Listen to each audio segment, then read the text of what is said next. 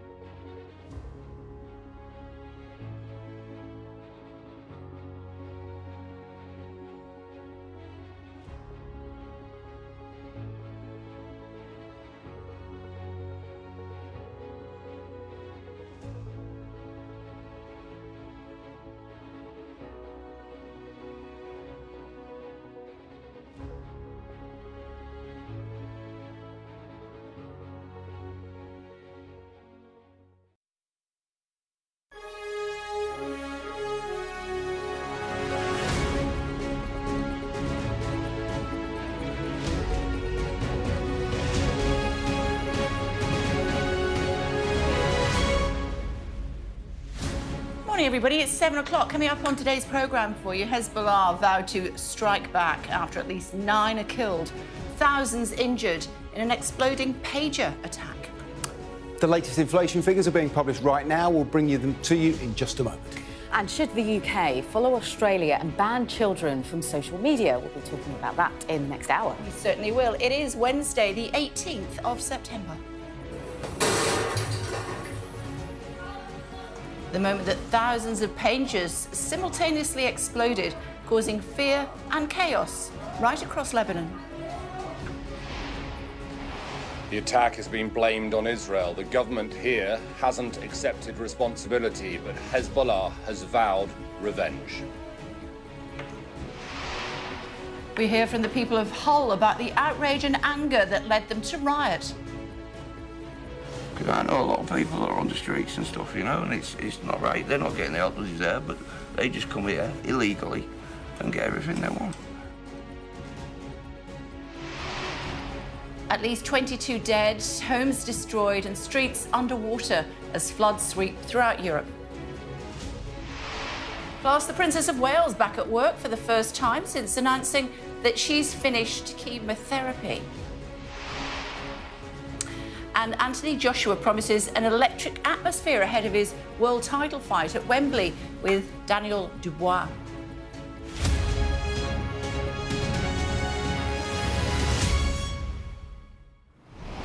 Morning, everybody. We'll take you to the Middle East in just a moment or two for the latest on the pager attack that's caused fear and chaos in the Lebanon. But first, we have, I hope, breaking news on inflation. Here's Paul. We do.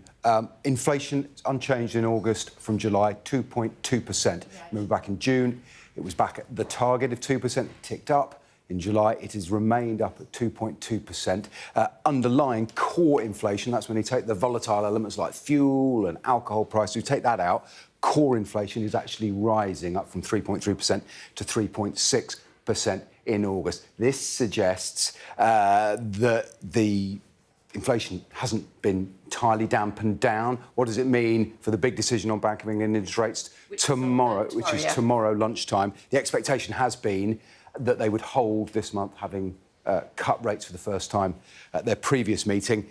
Feels like these figures, with core inflation pushing up, Bank of England's main lever to keep inflation down is interest rates. I suspect the markets will think they will continue to hold at that rate. The really big economic decision in that field later today, the Federal Reserve in the US are widely expected to cut their interest rates. So we're going to see this movement of banks cutting rates, but they're all anxious about they don't want inflation to spring back up. And we're seeing that core inflation just rising a little here.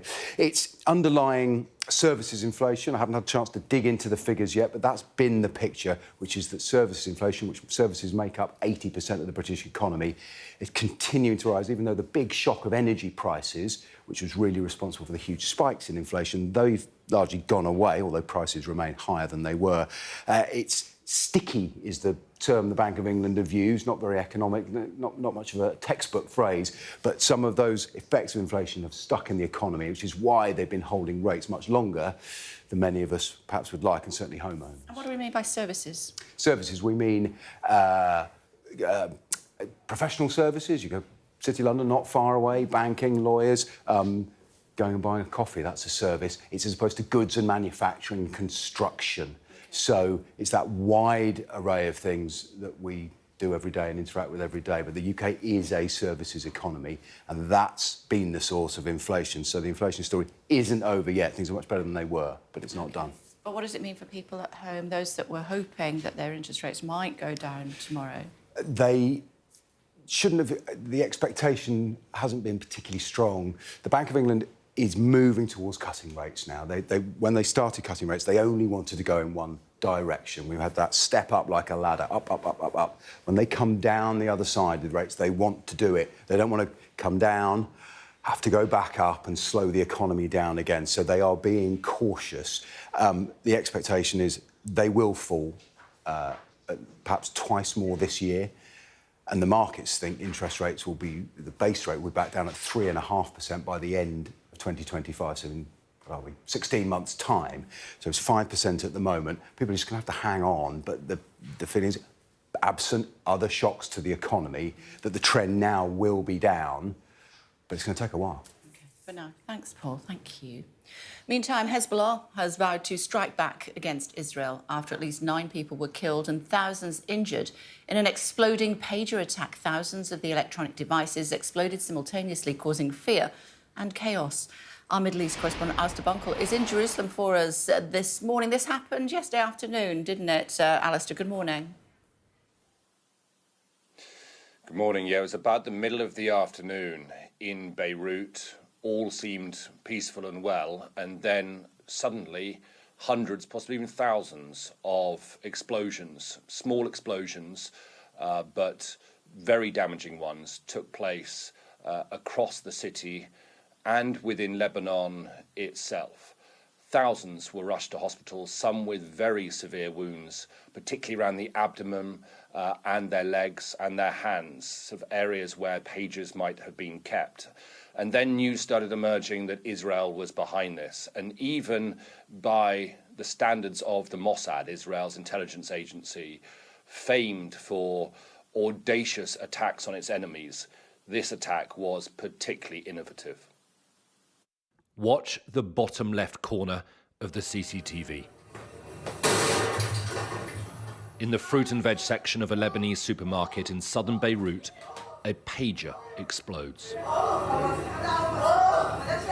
Over the next half hour, across Beirut, Lebanon, and even parts of Syria, more pagers exploded in a coordinated attack on Hezbollah. Hospitals were put on high alert, and there were calls for blood donations. We started hearing shouting, and we saw the first injury going down holding his hand, and after it another injury. Some people said that the television exploded, others said the telephone. You know, in the first moments, people weren't still understanding what's happening. Soon we found out a specific device was exploding all over the place. Israel was immediately blamed for the attack, although the Israeli government hasn't commented. We hold the Israeli enemy responsible for all of the victims, for all of the martyrs, for all of the wounded, and we believe that the reprisal is coming.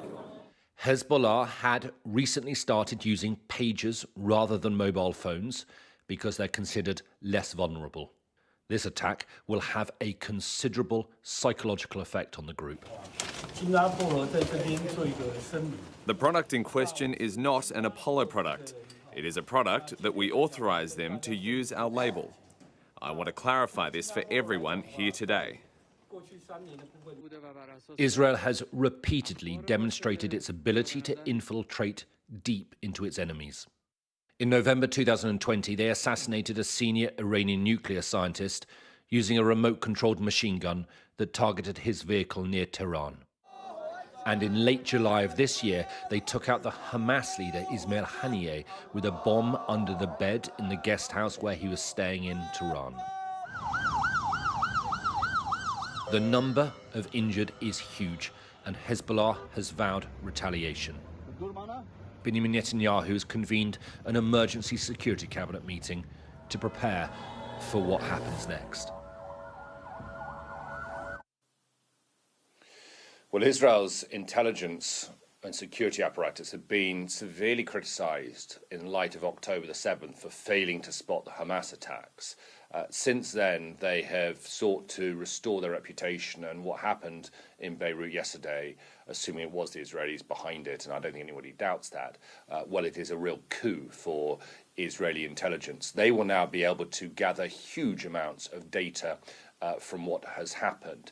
Imagine you go into a darkened room and there's a Christmas tree in it with lights on it, but it's all dark, and then someone puts the plug in, turns it on, and suddenly it all lights up, revealing everything. Well, that is kind of what happened with all these Hezbollah officials and operators yesterday when their pagers exploded across Lebanon and even into Syria. And so the Israelis will be poring over that, gathering data and information on who was wounded, what is happening at the hospitals, what was happening on the streets, and that will, I'm sure, prove very useful for them. The real question for me is why now? Israel clearly had been planning this for some time, and they had this extraordinary infiltration of Hezbollah's communication network, but also probably infiltration within Iran as well. So why expose that capability now? Well, there's a number of theories. It could be that they felt they were about to have it revealed, and it was a case of, well, use it or lose it. I think that's one possible theory. It could be a sort of a preemptive measure of deterrence because they have been warning that they will step up attacks against Hezbollah. It could be that this is a message to the group that maybe stops short of all-out war in the hope that there's some sort of solution can be found. Or, I think this is probably what's concerning most people, it is the prelude to something bigger. They've carried out this attack. They will have sown chaos within Hezbollah. They will have severely damaged the group's ability to communicate with each other. Don't forget, Hezbollah moved from mobile phones to pagers to try and have this kind of low-tech way of communicating. Well, that's been entirely exposed. And so if this is a prelude to war, then you'd expect Israel to exploit the situation sooner rather than later. OK, for now, Alistair, thanks so much indeed. A developing story there. Let me just take you back to what happened in the summer. I'm sure you remember riots caused havoc right across the country, not least in Hull. But our correspondent Tom Parmenter has been speaking to a local there who says what happened was deserved. There was anger, racism and chaos. What happened on the 3rd of August in Hull horrified people in this city as much as anywhere else. Rioters hunting down people who didn't look like them. We were there, watching it all. What did you make of it when you were watching it? Deserved. Get rid of them. I just think it's wrong. Because I know a lot of people that are on the streets and stuff, you know, and it's not right. They're not getting the help they deserve, but they just come here illegally and get everything they want. Oscar and James say they were there documenting what was happening in their city, but did not get involved. But you kind of look at me like, you know, I've got a problem with immigrants. I don't have a problem with immigrants. I have a problem with the system. But quite a few people on that, in that moment, really did. And it was direct, and people of colour were being attacked and chased. Yes. And that's overt racism. Yeah, and I get it, yeah. I believe they just wanted to, you know, to kick back at the people that are in there. You know, I don't think everybody thinks like me and goes, God bless them, they've got a problem too. Because they have got problems. Yeah. They've been through hell. The Prime Minister described it as far-right thuggery. But we've spoken to many people here who say there was far more at play. Along the Anlaby Road, we met Danny and Lisa. Good afternoon, Adept. They're busy, juggling vulnerable people and not enough decent housing. It's just chaos, isn't it, to be fair? But it is down to the government to sort it. There's only them who can. And the only way, in my eyes, they'll do it is that they give them equal opportunities. If they're going to allow them, then so be it. But please look after ours as well. Otherwise, it'll just continue, and it will. Donna feels that frustration too.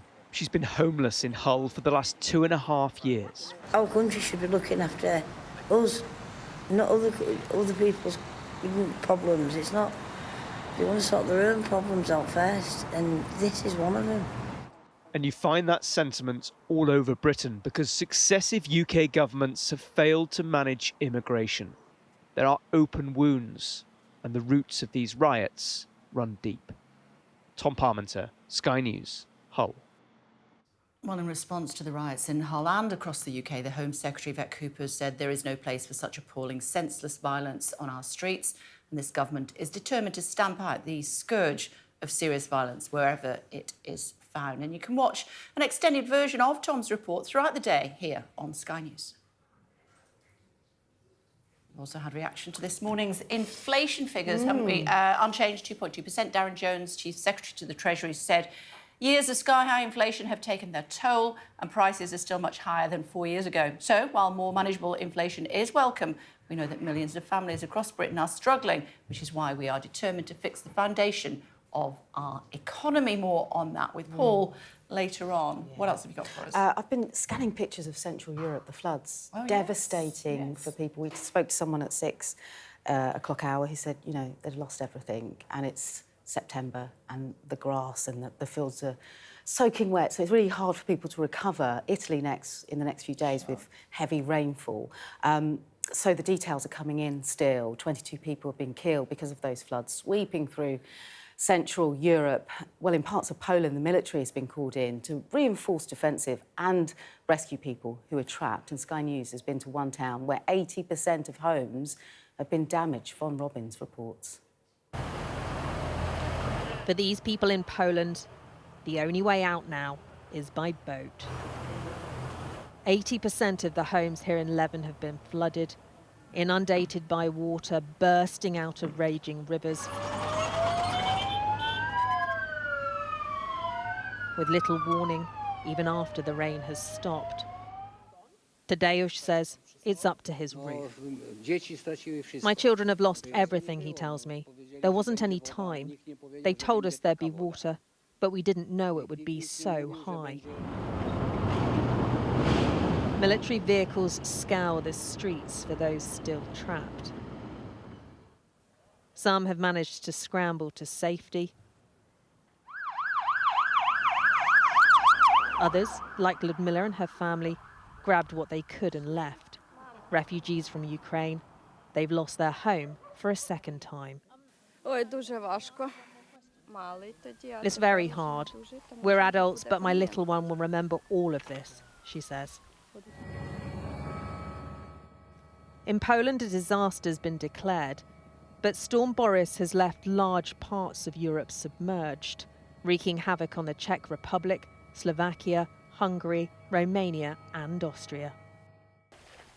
When you look around this town, everything you see is devastated, and the misery being felt by people living here is repeated in towns and villages across Central Europe. Authorities are doing what they can to hold back the waters. In Wrocław, they're not taking any chances after a catastrophic flood cut off the city in 1997. Dagna lived through that flood. She remembers these scenes, the people stranded, left homeless, the life lost. She's hoping defences hold this time round.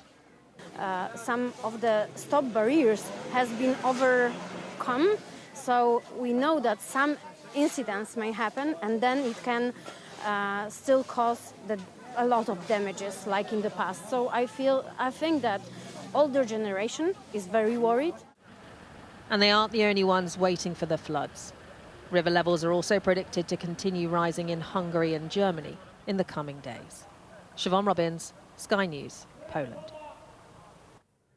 Rapper Sean Combs, formerly known as P. Diddy, has been denied bail by a judge in New York, meaning he'll be sent to jail to await his trial. The hip-hop star faces charges of sex trafficking and racketeering.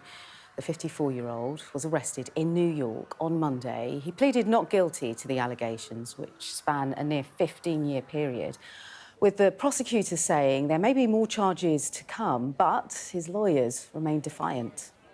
Mr. Combs is a fighter. He's going to fight this to the end. He's innocent.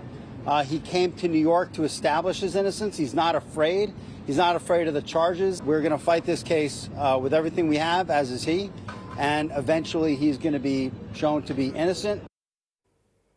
Buffer zones outside abortion clinics in England and Wales will come into effect from the end of October. Now, the move comes more than a year after MPs voted to bring in legislation ensuring women don't face harassment outside clinics. Safe access buffer zones will make it illegal to influence, obstruct or harass someone using or working at the clinic within a 150-metre parameter, and anyone found guilty of breaking the law will face an unlimited fine. And some bad news for chocolate lovers. The price of chocolate soared by 11% in the year to August. Poor harvests caused by bad weather in West Africa are thought to be behind the record high prices. Are you a chocolate fan? I'm more of a savoury crisp snacker, actually. I take crisps over that. I'm a 90% dark chocolate kind of lady. Are you? Yes. I thought you meant you were made up of 90% chocolate. Well, you never know. I don't love milk chocolate. Dark chocolate is the way to go. Healthy. It's kind of my guilty pleasure. I come back and think, just need a little square. Yeah. 4 squares later, another 4. Yeah, I like chocolate if it's been in the freezer. Oh, lovely. I'll try that, actually. Try. Extra crunchy. Exactly that. Tell me about the Princess of Wales. So the Princess of Wales, good news, she is now back at work after an extended period of time off following her cancer diagnosis. And we know this because of a report called the Court Circular, which is a document that sets out the royal engagements for the previous day. And we understand that in that she was looking at early years development for children, and it's something that her aides have really called her life's work. And it reads, the Princess of Wales, joint patron, the Royal Foundation of the Prince and Princess of Wales, this afternoon held an early years meeting at Windsor Castle, and we understand household members of her team attended, along with Royal Foundation Centre for Early Childhood members. This is an organisation she set up to promote this issue. And it was confirmed last week that she would return to work. She hasn't been at Windsor Castle for any private meetings like this since December 2023. We also had last week that very heartwarming video of her explaining that she had finished her preventative chemotherapy. The hopes of the future would be she would stay cancer-free. She is only expected really to be doing light duties for the foreseeable future, but we do expect her to see her at Remembrance Sunday celebrations at the Cenotaph in November. OK, for now, thanks very much. Thank you.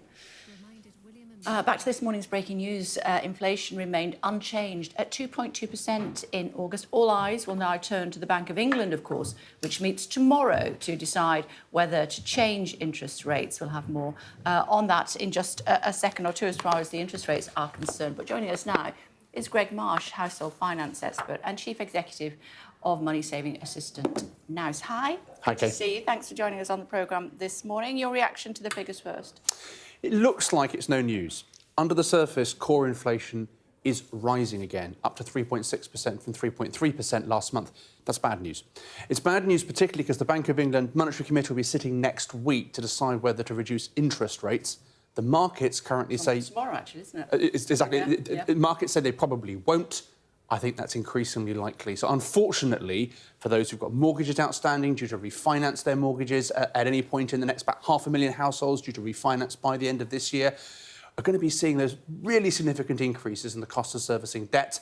And of course, right across the economy, we're desperate to see inflation come back down to the levels we all got used to in the olden days before the cost of living crisis hit.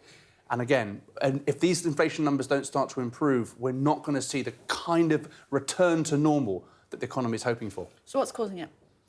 Look, there's lots of factors, but under the core inflation, this is about expectation. Unfortunately, when inflation rises, employers, for instance, start expecting that prices are going to rise, and so they have to start raising wages to accommodate that. People demand higher pay, and all those union negotiations we've all seen play out over the headlines over the last few weeks. So those effects compound. So what we're really seeing is the expectations of rising prices become baked into people's behaviour and expectations, and that in turn means more inflation. So let's take that to its natural conclusion. Does that mean the huge inflation, huge wage increases that we've seen in the public sector provided by this government is fuelling inflation? Among other factors, yes. Really the issue is how much pressure does the Bank of England put on the economy by holding interest rates high and discouraging people from investing and discouraging people from spending. What they're trying to do is slow down the economy, but the balancing act they're trying to get right here, slow the economy down too much, and you push the economy into recession. So balancing this factor, trying to keep the economy growing a bit, but also trying to keep prices down, that's the game the Bank of England's playing, and today's news is mostly bad news, unfortunately, until those inflation numbers really start coming under control, under the 2% Bank of England target. And as far as interest rates are concerned, as we said, it's tomorrow when they decide, unlikely to change. But we are still potentially expecting 2 lowering of interest rates before the end of the year? I think it's still likely, again, unless the news really turns sour, it's still likely the Bank of England will seek to lower interest rates, as you say, a couple of times before the end of the year. Currently at 5%, that would take us probably to 4.5%, even at those levels. If you took out a mortgage 5 years ago on a fixed price deal, at that point, very low inflation rates, low interest rates, very attractive mortgage rates, refinancing today with, let's say, £200,000 of outstanding mortgage balance, very typical outstanding mortgage balance for a UK household today, you'd be seeing your costs of your mortgage rise by more than £3,000 a year. So these costs of living pressures continue to apply, particularly to people who have mortgage balances, and of course renters ultimately often paying rent for properties that in turn have mortgages. So this all feeds down to the cost of living. And what would you say are the biggest financial worries for people at the moment? Is it mortgages, or is it going into winter and the cost of fuel? Yeah, I mean, energy is a real concern for households. Energy prices are set to rise for an average household by about £150 come 1st of October. Quick tip, take your meter reading at the end of this month to get the best of the lower prices. Put in on top of that, of course, the removal of the winter fuel allowance for older people. That effect means that a pensioner today is likely to see their costs rise, or effectively the cost of their fuel and energy costs rise by the better part of £450 this winter. So these effects are very significant for certain groups in society. So again, cost of energy going up, inflation not coming down fast enough. We'd love to declare sort of the end of the cost of living crisis. We're not quite there yet, unfortunately. OK, for now, thanks so much indeed. Thank you. Would have loved to have put some of those points to the government this morning, but no one was available to talk to. Quick look at the weather. There's going to be further spells of warm sunshine over the next couple of days, but fog and low cloud will also become features of the weather. This morning, mist and fog over northern parts of the country will clear to sunny skies. The cloud across England and Wales will be slower to clear, thinning and breaking over time. Winds will be light for most, but the south and southeast will be breezy. Still to come on The Breakfast Show for you Wednesday morning. Who polices the police? We'll speak to a campaigner about officers who abuse their partners. Instagram announces a teen account for under 18s, but should children be banned altogether from social media? And Anthony Joshua is fighting to win his third world heavyweight title against current champion Daniel Dubois this Saturday.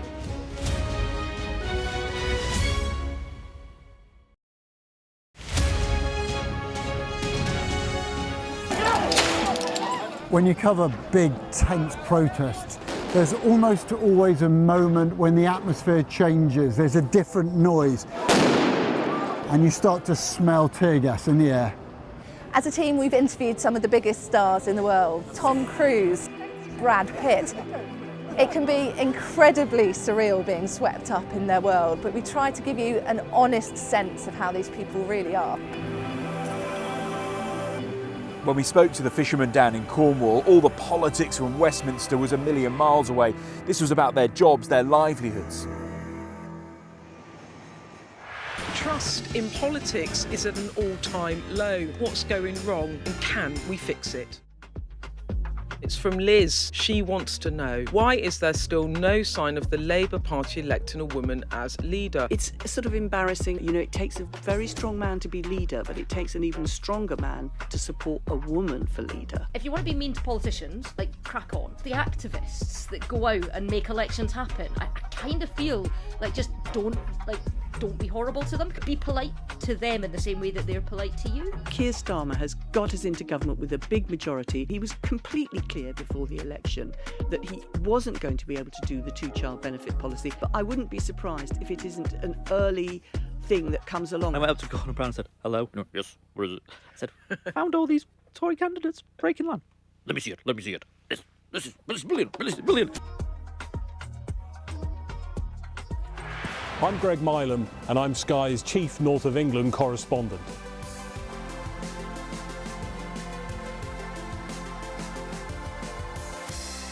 We aim to be the best and most trusted place for news.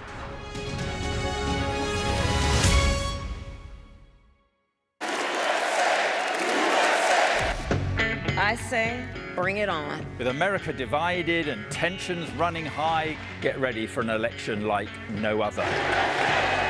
Join our teams as we follow the campaign trail as America decides. We will win. Get closer to the action this US election with full reaction and analysis. Sky News, the full story first.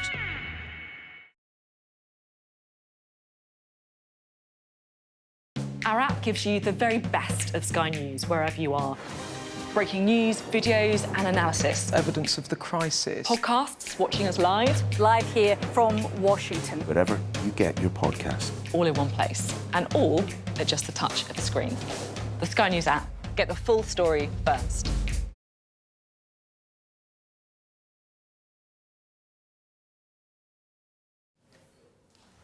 Hello again, everybody. Welcome back to The Breakfast Show here on Sky News. Just looking at the impact of those inflation figures and also what's going to happen as far as mortgages are concerned tomorrow, and we hear from the Bank of England. On interest rates, will they go down? Looking increasingly unlikely. Also, Donald Trump saying president is a dangerous business. Being president is a dangerous business. Yeah, you don't say.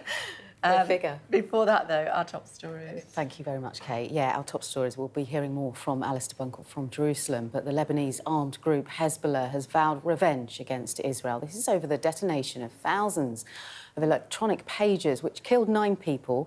A senior Lebanese security source claimed Israel Mosul's spy agency hid small amounts of explosives in thousands of pages months ago. As Kay was saying, the latest inflation figures have just been published in the last 30 minutes or so, showing inflation unchanged at 2.2%. The Bank of England will meet tomorrow lunchtime to decide whether to change interest rates. At least 22 people have been killed by floods that have swept across Central and Eastern Europe, with hundreds evacuated from their homes.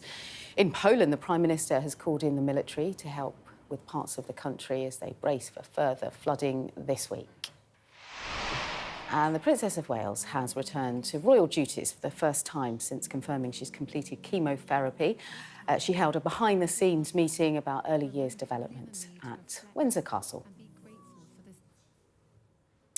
Police officers are escaping sanction and some are promoted to roles dealing with rape and domestic abuse, despite allegations of abuse against them. That's according to research from the Centre for Women's Justice, based on testimony from more than 200 women who say they were attacked by their police officer partners.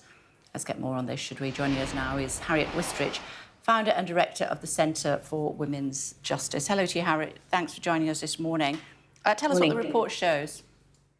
Well, the report is a review. We put in a super complaint, what's called a police super complaint, 4 years ago, so before the murder of Sarah Everard, which we highlighted what we describe as systemic deficiencies in the way that the police were investigating allegations of domestic abuse by police officers, the way that that was subsequently dealt with, and obviously the lack of trust and confidence that so many women had even to report domestic abuse. Obviously, a police officer who is also an abuser is a particularly concerning matter to deal with, because the police are the people that you should go to protect you from violence and abuse. What we've done now, 4 years later, after the report was published, after those that were looking into the report, College of Policing and other lead agencies reviewed it, did their own investigations and made a series of recommendations.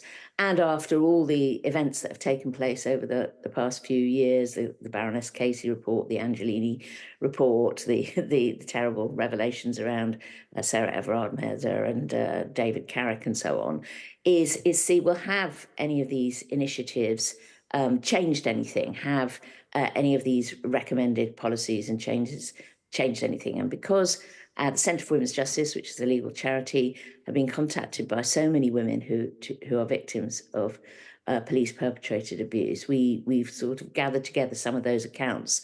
And unfortunately, we're still seeing far too many serious and extremely concerning failures that could lead to another Carrick-type situation.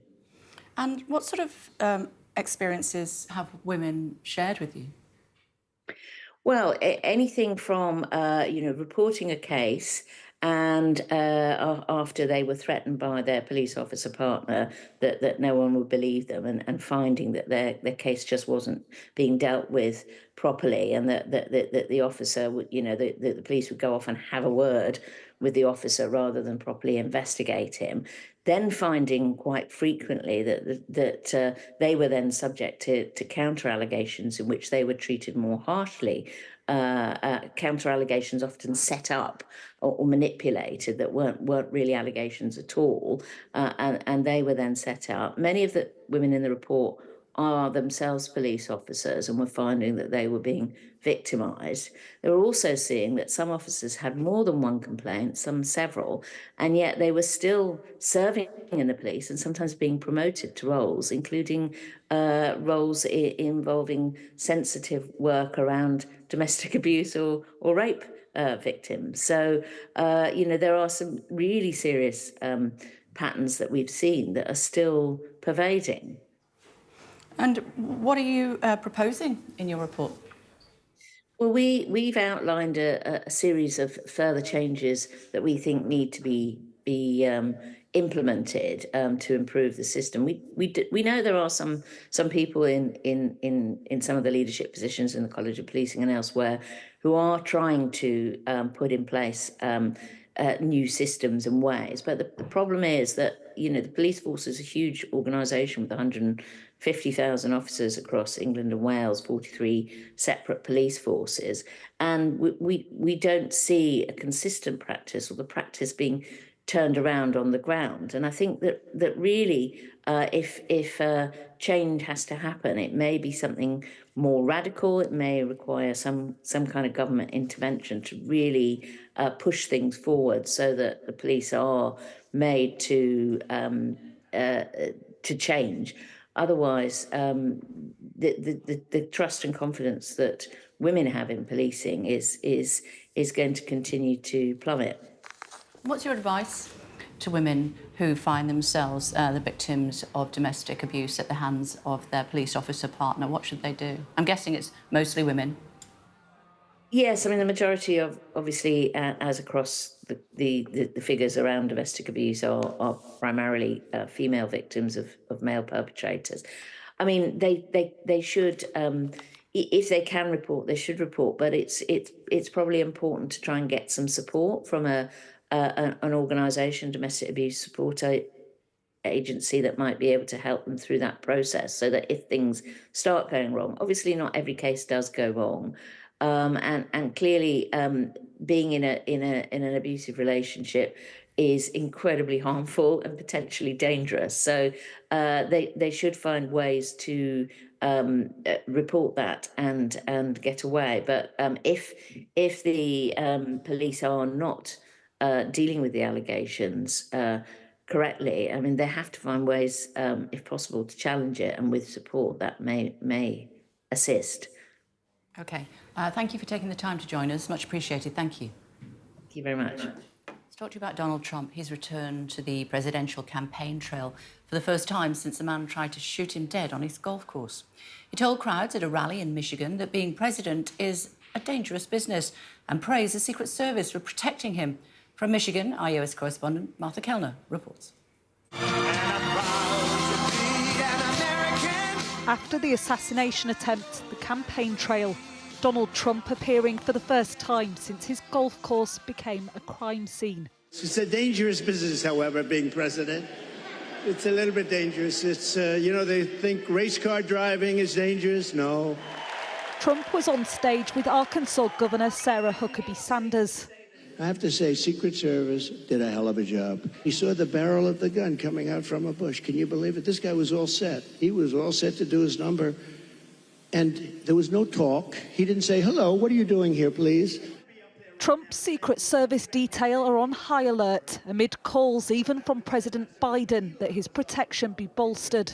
President Biden, I want to be nice. Yeah, he was so nice to me yesterday, but because I do feel he's so nice. After insinuating that the words from his rivals had inspired the attempt on his life, that rhetoric was absent on stage. I got a very nice call from Kamala. No, it was very nice. It was very nice. But there was some familiar fear-mongering. If a tragedy happens and we don't win, there will be zero car jobs, manufacturing jobs. It will all be out of here. Any suggestion that another apparent attempt on Donald Trump's life had shaken his focus was obliterated here. This was straight from the playbook. Immigration, the economy, foreign wars, and a hefty dose of misinformation. Not that they seemed to mind. He's been talking a lot about dialing down the rhetoric, about lowering the political temperature. Did you feel that tonight? Yeah, I mean, I've wanted him to do that since 2016. Did you notice any difference in him since the second apparent attempt on his life? He does seem a little calmer. Everybody should be safe. I don't wish any harm on Kamala Harris or Biden. I don't wish any harm on them at all. This show will move on to a different city now. But even with a nod to civility across the aisle, the potential for more political violence persists. Martha Kellner, Sky News, Flint, Michigan. Apparently 100,000 people expected at Wednesday. Wembley. It says Wednesday. I was thinking Sheffield Wednesday, but actually it's Wembley, and then I saw Saturday. I'll let you do it. So there's a heavyweight title fight, which is at Wembley, you know, in Britain for the first time in a really long time. There's been so much going on in Saudi. They do it well at Wembley, to be fair. They do it very well. 96,000, maybe slightly more.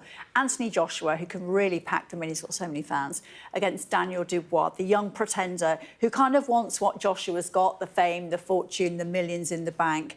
And there's a world title up for grabs because Alexander Usyk, who won all the world titles against Fury earlier in the year, couldn't defend one of them because he's fighting Fury again at Christmas. So he gave it. He said, I'm giving it up. So they're fighting for that. That title was given to Daniel Dubois, just given to him, but they're going to fight for it. What's interesting is Anthony Joshua, if he wins, will be a world champion again for the 3rd time. And only 5 men in history have done that. You've got Muhammad Ali, Lennox Lewis, Evander Holyfield. It's a really elite group of men. So you kind of go down in history if you can win it for a 3rd time. So it's important for him. A lot of people think it's a must-win fight for him because it would be hard to rebuild at the age of 34 to sort of start again and work your way back up again. He doesn't see it that way, but a lot of people do think that. And for Dubois, he's the young pretender who really wants to prove that he's worthy of this belt that he's just been given. He wants to go in the ring, fight for it, win it properly. So I caught up with him last night. It was the grand arrivals at Leicester Square. It was a red carpet, except it was lilac. It all looked very ritzy, glitzy, and this is something that the Saudis have brought in to build up Fight Week. And this is what... Fight Week? Yeah. This is what Daniel Dubois had to say to me. Note that he doesn't look at me once. We're going to hear from Anthony Joshua first, though, talking about what it would mean to win it for a 3rd time. It'll probably mean how long until he does it for a 4th time. Achievements are just like roll onto one another. It's a natural order of my life to achieve things. I'm going to have to fight someone who wants it and is passionate. I'm going to thrive in that. He's going to thrive in that. The crowd. It's going to be an electric, atmosphere for sure. It's feeling it's all meant to be. I'm in the right place at the right time, and I need to just stay in my bubble, stay focused and just on the job. I need to legitimize it and, win it and just show the world that I'm the man. Yeah, didn't look at me once. Just didn't want to be there at all. He was Daniel in awe of your beauty. I think he was in the zone. So why is it Wembley this time? I think they just wanted to go back, and I think AJ wanted to fight at Wembley because he's fought there before, and he really, loves these big stadium fights with the atmosphere that you get in London. The Saudis have bankrolled this again. There's a lot of money at stake for both boxers. I mean, they're both going to be very rich men after this. I mean, AJ's... As if they were before. I mean, yeah, but Dubois sort of building. But this is a big payday for him as well, and it's all about Riyadh season, which is a thing they do in Saudi, which is like basically entertainment for a whole season to sort of entertain the people. But this one's basically on tour in London. And you can watch Skybox Office? Yes, Skybox Office on Saturday night. And actually the undercard's really good and really big. So it starts at Wembley super early, like the whole thing starts about 4 o'clock.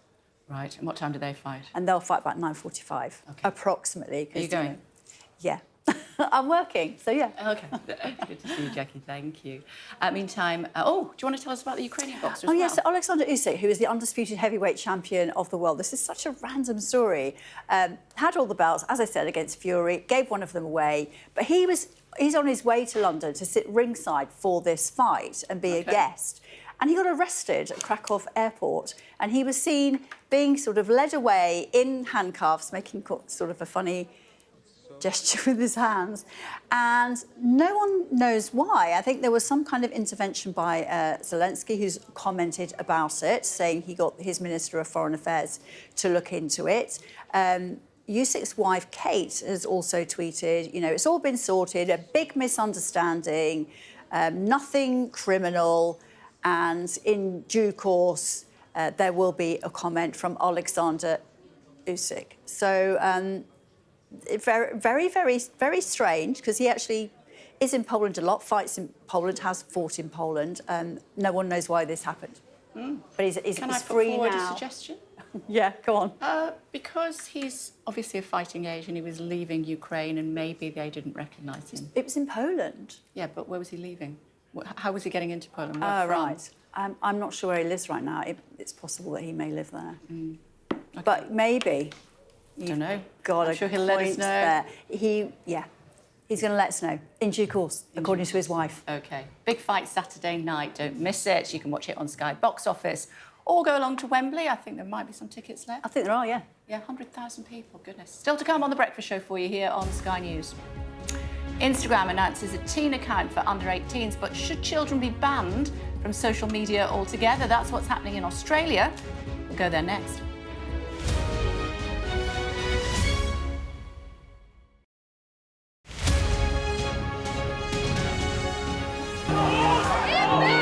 Mayhem in the Middle East, rippling in America's West. Get back! Get back! The resolve of these protesters is now being seriously tested.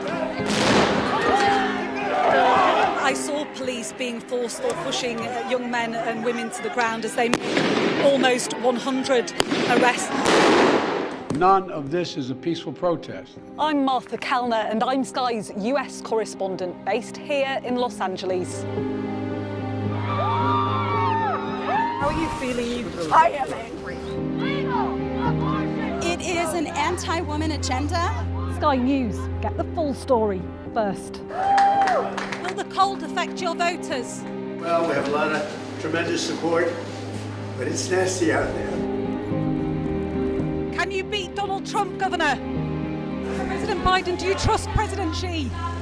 President Biden says that this meeting went well. He said real progress was made on a whole host of issues. Will your candidates win? I hope so. I think they will. I think they're great candidates. There's no doubt that Kamala Harris and her team are harnessing the power of social media. Do you think Kamala is brat? Kamala's brat. Are you scared? Yeah, we were scared. It was terrible. Strong wind, building tearing down. As them say, our God works, so we can't do nothing.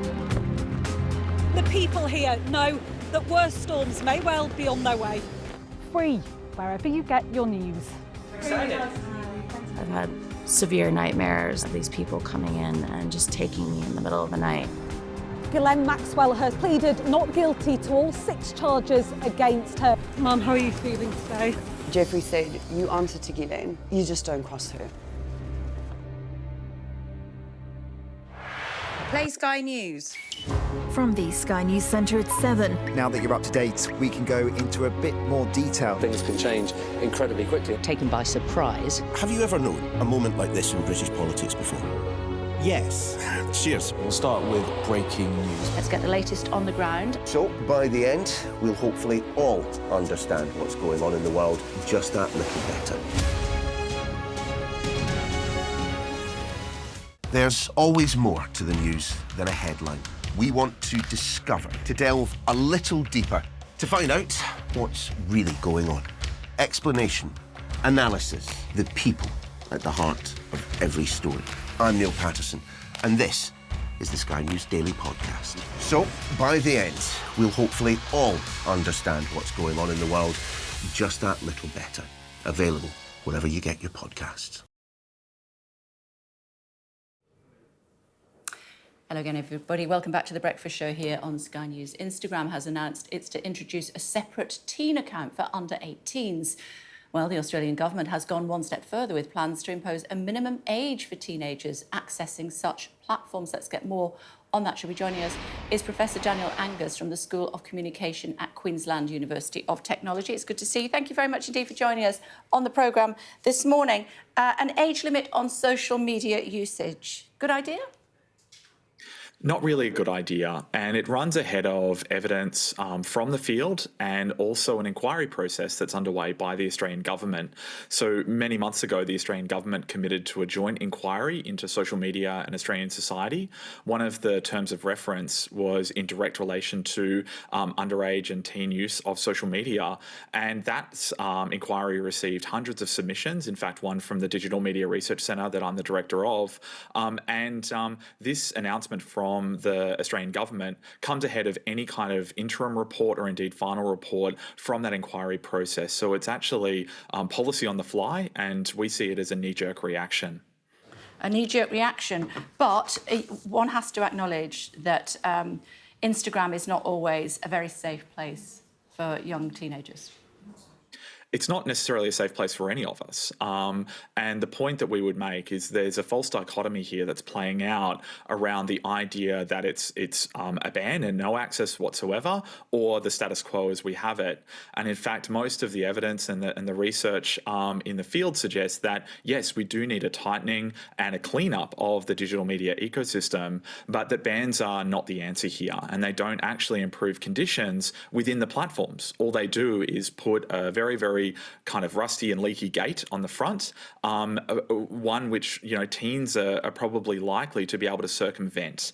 And so the idea of age restriction doesn't actually go anywhere into solving the broader issues around the kinds of content that we can consume on those platforms, the kinds of unwanted and unnecessary contact on those platforms, the kinds of conduct that can exist on the platforms themselves between users, and indeed some of the surveillance cultures that exist on the platforms themselves. Okay, what advice would you give to parents to keep their youngsters safe online? Look, much of the evidence from the field suggests that we need to have open conversations with our youth around their use of social media, that we need to have trust in their ability to use that, but also that we need to have their backs. So when they want to use it, that they feel supported in that use, and that we're able to have that open transparency with them around how they're using it. And so if they encounter material that makes them upset or is objectionable to them, that they know that they can come to us and seek our advice.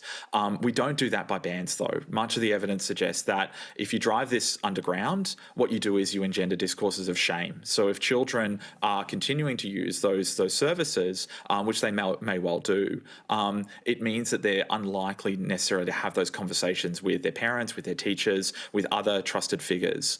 And so part of this is about making sure we can have that dialogue with our children. But also, we don't let the platforms off the hook. They have a significant role to play, as we've seen, this week with the announcement from Meta around the improvement of some of the ways in which those teen accounts, can exist on their platform. And so that shows that platforms can do the right thing. Unfortunately, it's taken this big stick from the Australian government in this instance to force them to do the right thing. And that's just a very unfortunate state of affairs. I think that we have this kind of brinkmanship between governments and platforms, both kind of pulling in different directions and both perhaps ignoring the evidence and the expert advice. Okay, good to talk to you. Thanks for taking the time. Thank you. Thank you. Quick look at the weather for you now here on Sky News. There's going to be further spells of warm sunshine over the next couple of days, but fog and low cloud will also become features of the weather. This morning, mist and fog over northern parts of the country will clear to sunny skies.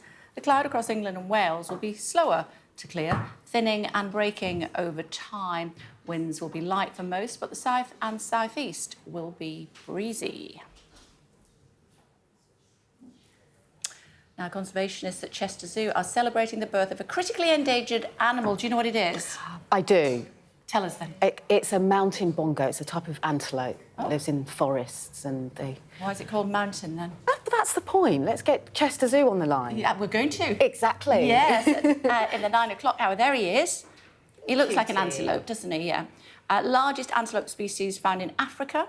The newborn female calf is only the second of the species to be born at the zoo in 15 years. Experts say the mountain bongo is at extremely high risk of becoming extinct, with fears there are as few as 50 remaining in the wild due to habitat loss and hunting. So he's working with researchers in Africa to potentially reintroduce the species to Kenya. This is the part of the show, Kay, that little my kids adamant can thing. watch. Yeah, the adamant strap. Do you know who adamant is? No. Oh, you do. Do you know who adamant is? I don't. Okay. But I love these antelopes. Okay. that white mark across his nose, he used to paint a white mark across his nose. That was his thing. Who is this person? Adamant. Pop star. He's pop star. Pop star. I thought it was like a Marvel superhero. Oh, no. But like it turns into an I think he thought he was on occasion during some of his career. But he was great. You should go and listen. Okay. On YouTube, in the ad break. Okay. Yeah. Quick look at some of the papers for you, should we? Yes, please. They've been pretty lively, not least talking about the interviews that we did yesterday with Angela Eagle, no government minister, this morning. Should we have a quick look at them? FT leading with the deadly attack in Lebanon, though, in which pages were blown up simultaneously across the country, reportedly in an attempt to target members of the militant group Hezbollah. And the Telegraph says Israel is suspected to be behind the attack, which left several dead and thousands injured. Well, The Guardian reports that Hezbollah blames Israel and has vowed to strike back. There's been no comment from Israel just yet. No, that speaks volumes, doesn't it, really? The same story on the front of the Times. There you are, exploding pages wreak havoc among Hezbollah. And the Mail warned that Israel's pages put the Middle East on the brink, that pager attack.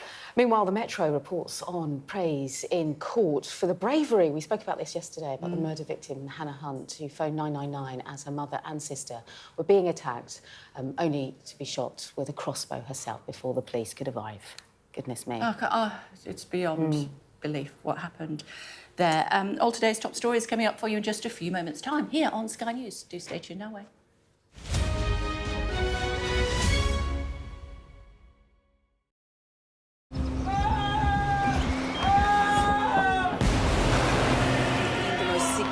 Day of this conflict. They keep telling us that they want aid. And this is what's left of it. Tanks, heavy vehicle.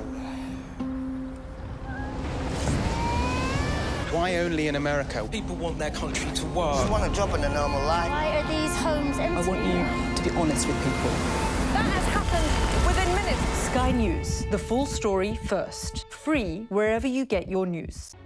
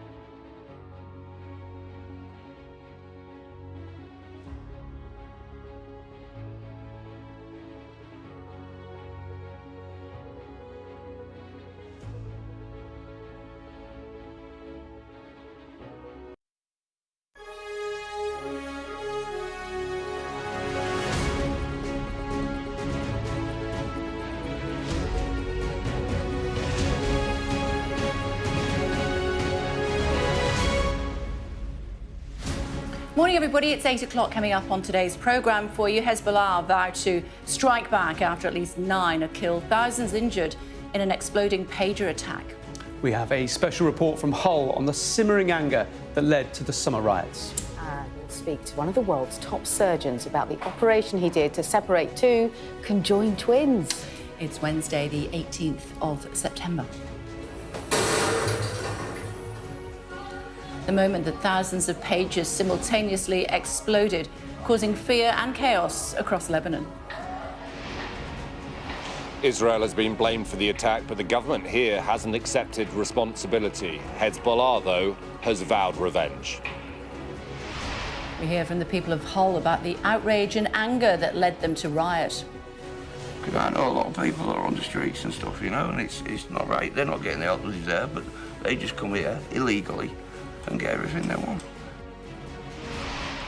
Inflation holds steady at 2.2% in August. All eyes turn to what the Bank of England will do on interest rates tomorrow. At least 22 dead, homes destroyed and streets underwater as floods sweep throughout Europe. Plus, the Princess of Wales back at work for the first time since announcing she's finished chemotherapy.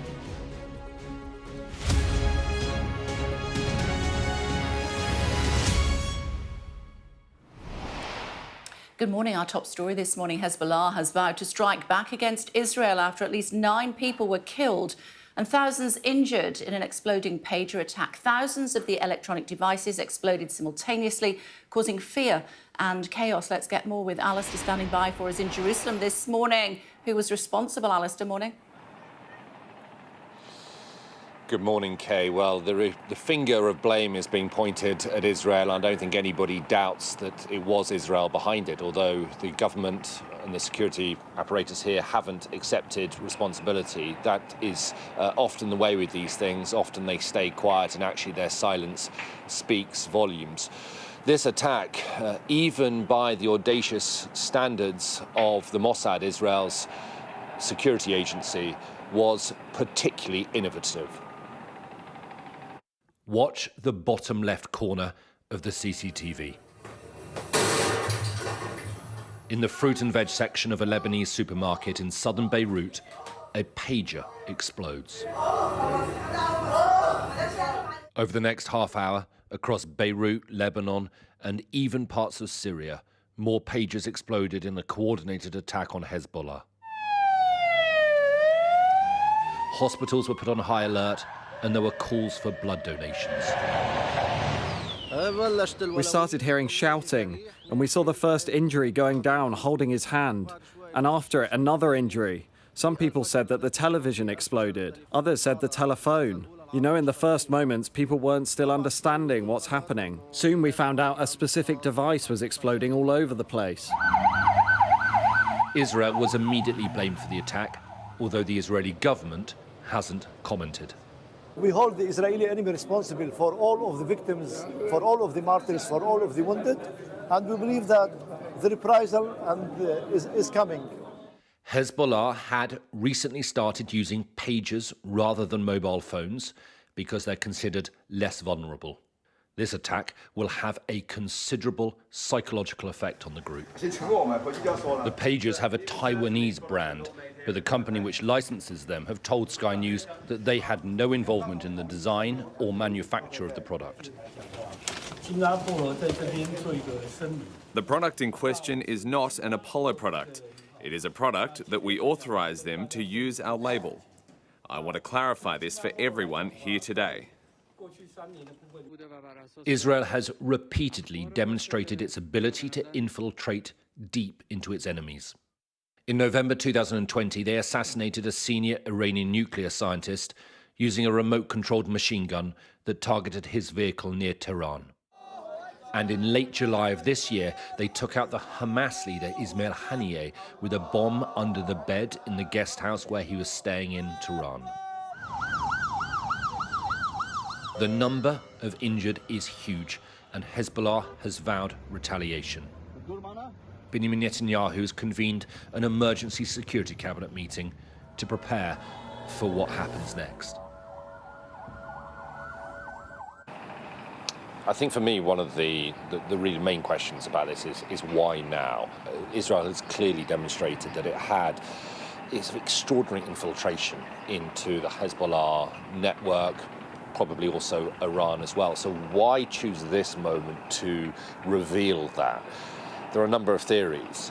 One is that they might have had their cover blown, so to speak, and it was a case of let's use it or lose it. Secondly, the second theory is that this was an act to try and deter Hezbollah.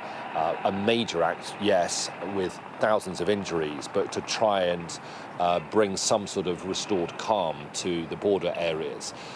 I think probably the theory that is most concerning and potentially the most likely is that it is a prelude to something bigger, perhaps the first act in maybe all-out war, and that is what people around the region, the United States, are also fearing as well, is that Israel will now take advantage of the chaos that it's sown in order to attack Hezbollah even harder. OK, for now, Alistair, thank you.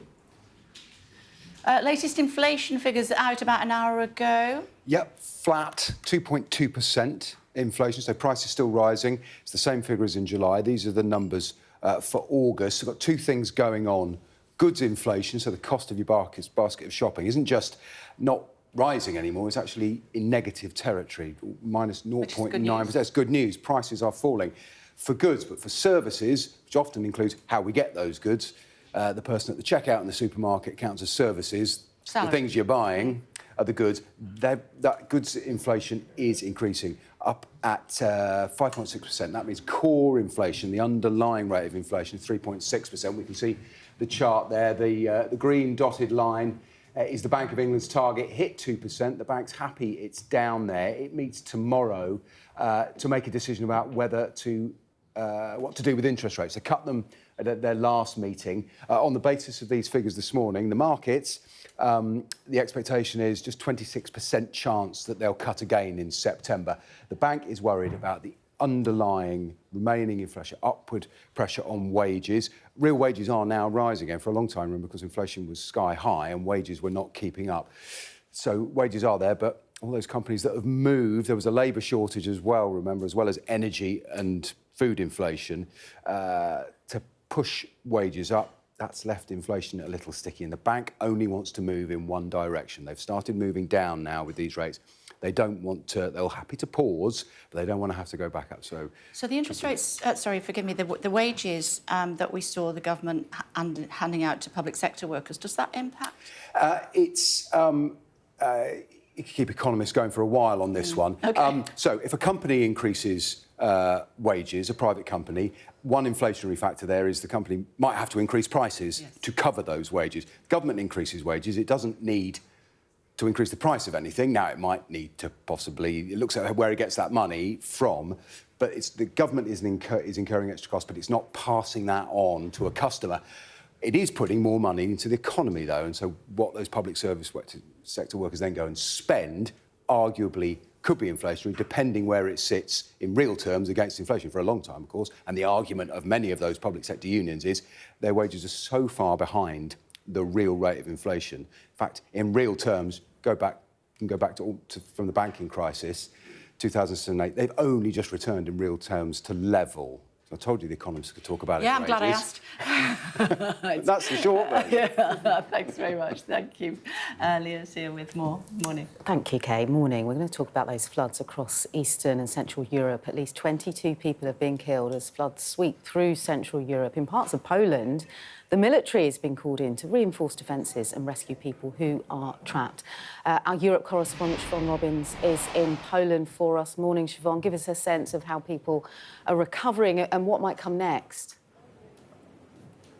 Hi, well, I'm in Wrocław, which is the town I was in yesterday, and this is one of the areas where they're busily watching the river, because if you have a look behind me, this was an area which was totally dry when we came yesterday. Now the water is rising, and here the eyes are all on this because they're expecting some level of wave to come up the river. Despite the fact it's not raining, all of that water from the last few days has been pumping into the system, and it could come into this city in the next 24, 48 hours. So you can see the water's already risen. They've got a huge sandbank bank there in front of those flats, and if that water continues to rise, they would be the first people in this street to be flooded. Now, it's a big concern here because in 1997, this area was at the centre of one of the worst flooding disasters in Poland's history in the 20th century. So they're really nervous about it here. And we've been to other towns that have had this water already coming in. 80% of the houses there underwater, people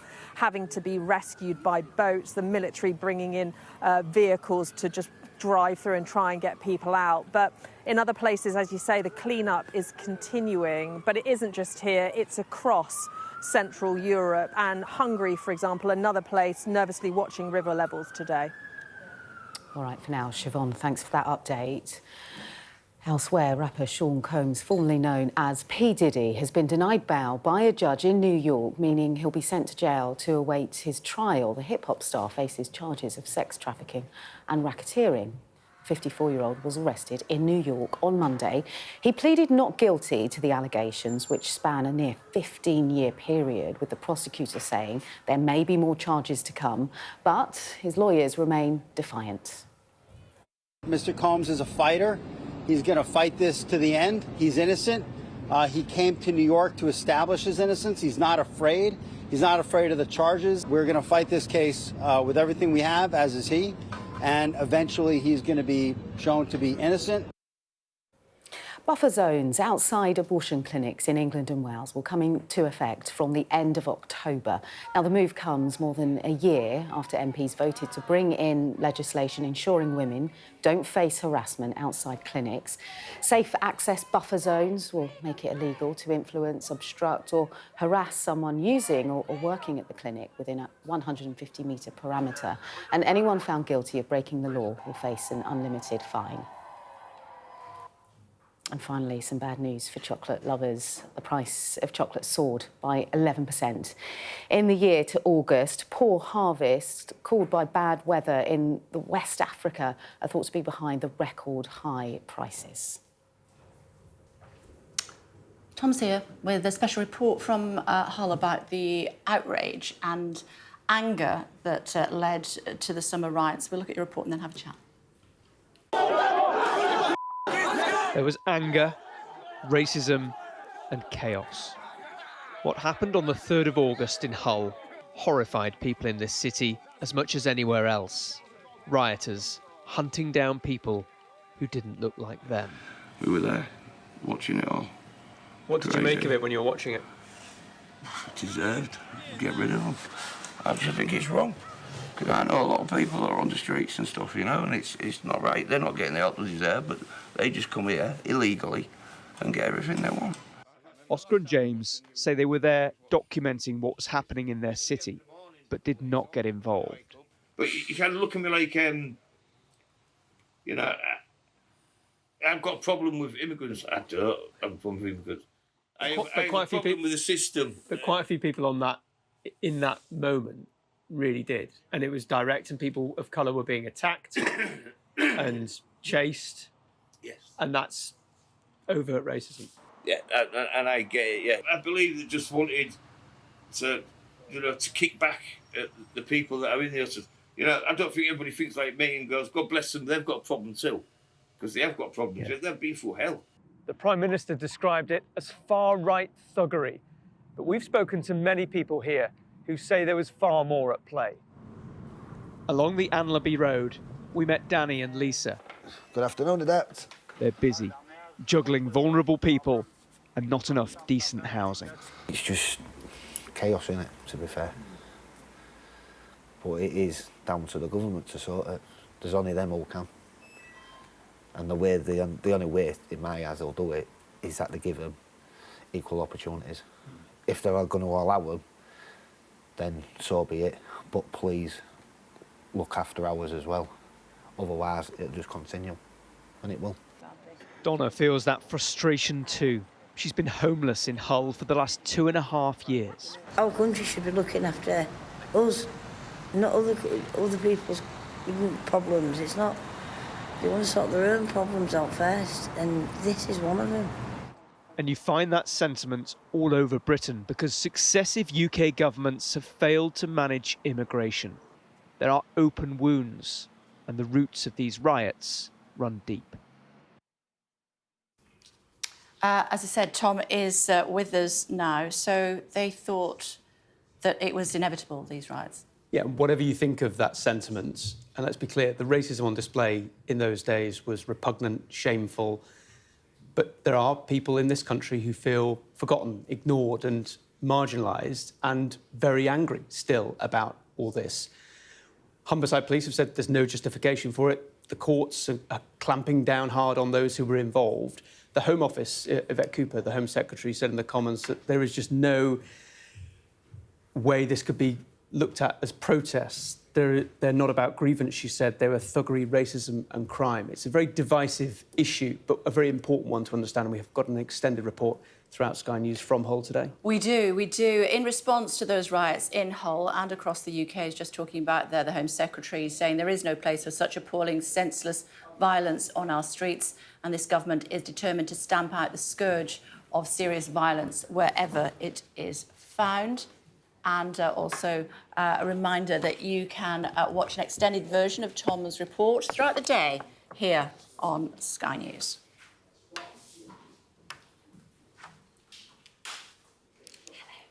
Thrilled to say that Emily Thornberry is with us now. She's got a new job. She's chair of the Foreign Affairs Select Committee, obviously a Labour MP as well. It's good to see you. How did you get elected? I was listening to you on the radio on a podcast, and your husband helped you. He did help me. He can I just say, he never normally helps. He's a judge. He doesn't get involved in politics. However, one of the problems that you have is you need to get 650 MPs to kind of pay attention and to focus and decide who they want to have as the chair of the Foreign Affairs Select Committee. And an awful lot of them, more than half of them, are new and are really busy setting up offices and this sort of thing. So you've got to try and get their attention. So I was like texting people and not getting an answer. And there was one guy in particular who, when I looked him up, I discovered that he had not only done a PhD in some ancient Greek philosopher, but he was writing a book. And my husband did classics at university, so I got him to do a text message in ancient Greek. So he sent him a message in ancient Greek, and he replied, fortunately in English. So yes, you have to do all sorts of things. I sent Lib Dems messages saying it's a two-horse race, which is a famous Lib Dem slogan. It sure is. That sort of thing. So yes, it was hard work. It was herding cats is not the metaphor. I don't know what the metaphor is, but it was worse than that. But I'm delighted because it means that I have a mandate from the whole of the House of Commons to be the leader of a committee where we will hopefully, with the authority of the House, be able to look at foreign policy and make sure the government is as good as it can be when it comes to our relationships with the rest of the world. I want to ask you about that, but before that, I also want to ask you how disappointed you were when you weren't in Cabinet. Oh, I was very disappointed. Yeah, I was very disappointed. I'd continually been a member of the Shadow Cabinet for 8.5 years. So I think I was the longest-serving Shadow Cabinet member. So I had expected to be in the Cabinet, and I'd spent a long time in Parliament, sort of talking. And now you're in government, you get a chance to actually do something. And my political heroes are people who actually achieve things. So I was really hoping to have the opportunity of doing that, but it wasn't to be. So, what did he say to you? He rang I'm you? not going to go into what was said, I'm afraid. I'm not going to go into what was said. But, I mean, I was very disappointed. I bet you were. Yeah, but I've been through worse. I've been through worse. Yeah. So, So talk to me about your new role. It's very full on. It's very front facing. What would you be saying about what happened in Lebanon yesterday? So the first thing is, what I ought to say is, I am the chair of the Foreign Affairs Select Committee. That committee has not yet been established. They're going to be elected in October. So at the moment, I'm the chair-elect. Sorry to be so kind of particular about it, but so I don't speak on behalf of the committee because we haven't got the committee yet. So I still speak really as an individual. But I speak on behalf of everybody, I think, when we look at the news and we are really concerned about what is happening now in Lebanon. And I think it was your reporter who said the big question is why? Why is this happening now? And what will the result of that be? And it seems to be yet another escalation of the conflict which is happening in the Middle East, which will affect all of us. And it is very worrying indeed, of course it is. And what the response will be, and is this a first step, and what will Israel do next? Is it part of a larger plan? And it is very worrying, and I would certainly be expecting Israel's friends to be speaking very seriously to them and saying, what on earth are you doing? Why is this happening now? And what's the next step? And you need to tell us. What about the ceasefire, the peace deal, which we were being told is 90% there? But the 7th of October is just around the corner. Some people have been held in those tunnels for almost a year. Nearly a year, I know. But they've been held in the tunnels for almost a year, and tens of thousands of Palestinians have been killed and continue to be killed. and it's escalating onto the West Bank, and you can see what's happening on the West Bank as well. We absolutely have to have a ceasefire. I mean, everyone should be straining every sinew to ensure that there is. As we get closer, of course, to the presidential elections, and given how different the approach is of the two presidential candidates to the Middle East, that is another thing which I think is profoundly destabilising, because I suspect that people will be holding out and saying, well, there's no point in making a decision now, or there's no point in moving now, let's wait and see what the next president of the United States says. And that's a worry as well. So I think this is our last chance. If we don't get a ceasefire in the next month, then I don't think it'll happen until after the presidential elections. Are you worried about a Trump administration? Well, I think I'm worried about the things that he says. Of course I am. I'm worried about, when he says about Ukraine, he says, oh, well, if I was elected president, I would stop the war in Ukraine whilst I was even still just president-elect. And you think, well, what does that mean? That must mean, presumably, that you just say to Putin, well, OK, you've won. And we can't allow that to happen. We can't allow Putin to move into Kiev, because if he moves there, where will he go next? And and people in Eastern Europe are rightly worried about it, and the rest of Europe should be, because Ukraine is fighting that fight for all of us. We have to stand up to Putin, and we need to support Ukraine, and we have to stand by them.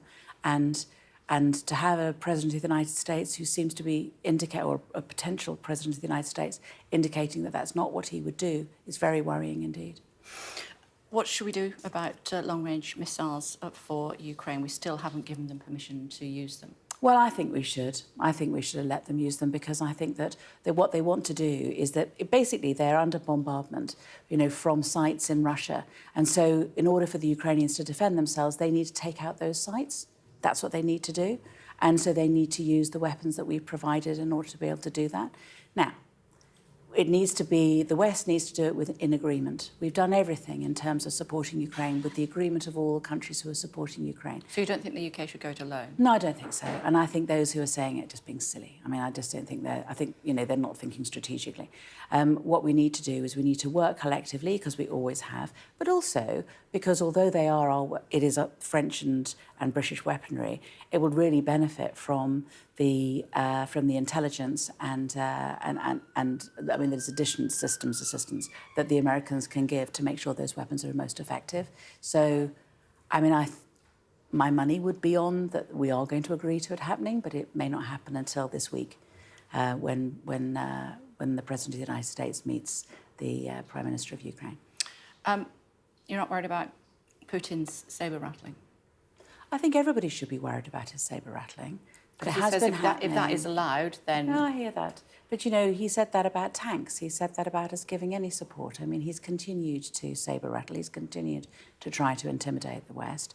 Obviously, we need to take these threats seriously, but we need to take them seriously. We need to think carefully about, does he mean it or doesn't he mean it? And the fact that he keeps crying wolf, I think it gives us a bit of heart.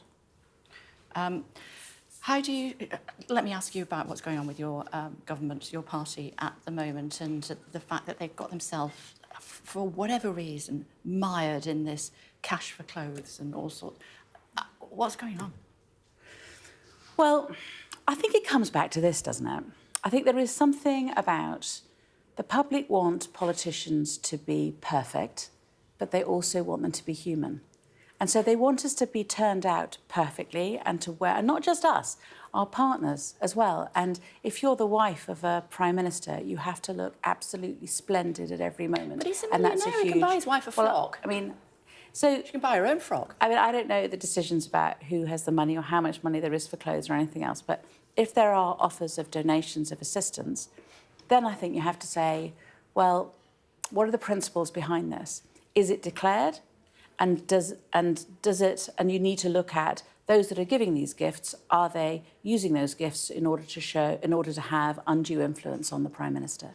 And if you declare it, and if there isn't any undue influence... Get past for Downing Street. Well, actually, the person we're talking about is somebody who has been in and out of Downing Street during the time when Labour has been in charge for 15 years, 20 years. I mean, so he's always been close to, Wahid was close to Tony Blair and was in and out of Downing Street and used to give advice. He's a member of the House of Lords. You know, he is somebody who's always been influential. You know, and people have always, I mean, I've asked him for advice. Lots of people ask him for advice. He's actually very canny, but he doesn't need to buy anybody a frock for that.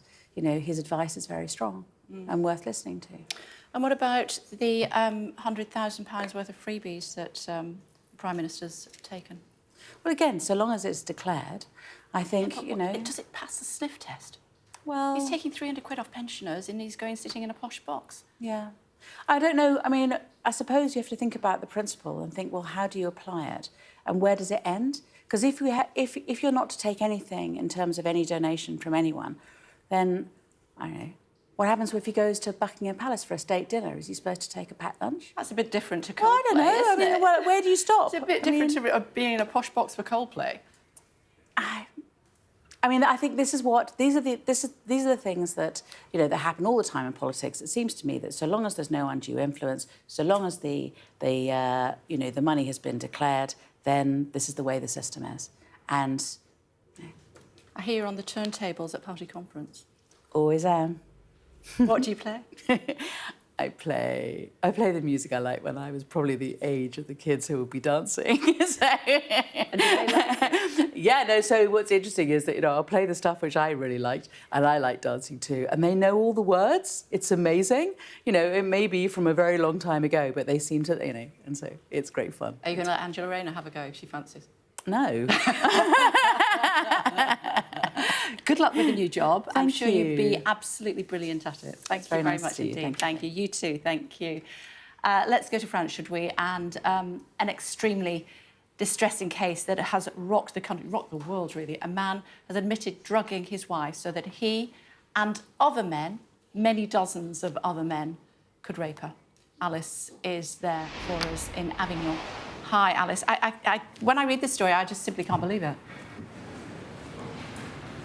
It is so shocking, and it was quite an experience really being at the court yesterday, because at the court in Avignon there are 51 co-defendants alongside Dominique Pellicot. They have been accused of raping his now ex-wife, and it was quite extraordinary in court really to see some of these men who are accused. A lot of them have got balaclavas over their face, they've got face masks. And what we're hearing from some people in court, particularly some of the female journalists, is a sense of intimidation and aggression from some of those co-defendants. Many of them are going to be giving evidence today, and they're going to be arguing, the majority of them are saying that they didn't believe that they were raping Gisèle Pellicot. They are arguing that Dominique Pellicot made them believe that what was happening was consensual, that this was part of a sexual fantasy between the couple. We've been hearing details in courts that the men in question were instructed not to wear aftershave, not to smoke, and they said they thought that was because Dominique Pellicot didn't like the smell. So the issue of consent is going to be a really, really key issue throughout this trial. Yesterday we had this explosive testimony really from Dominique Pellicot, where he admitted all the crimes against him. He admitted raping his wife, he admitted to drugging her, and has accused the other men of knowing that what was taking place was not consensual. OK, for now, thank you. Still to come on The Breakfast Show for you here on Sky News. We're going to be speaking to the British surgeon who separated babies who were joined at the head.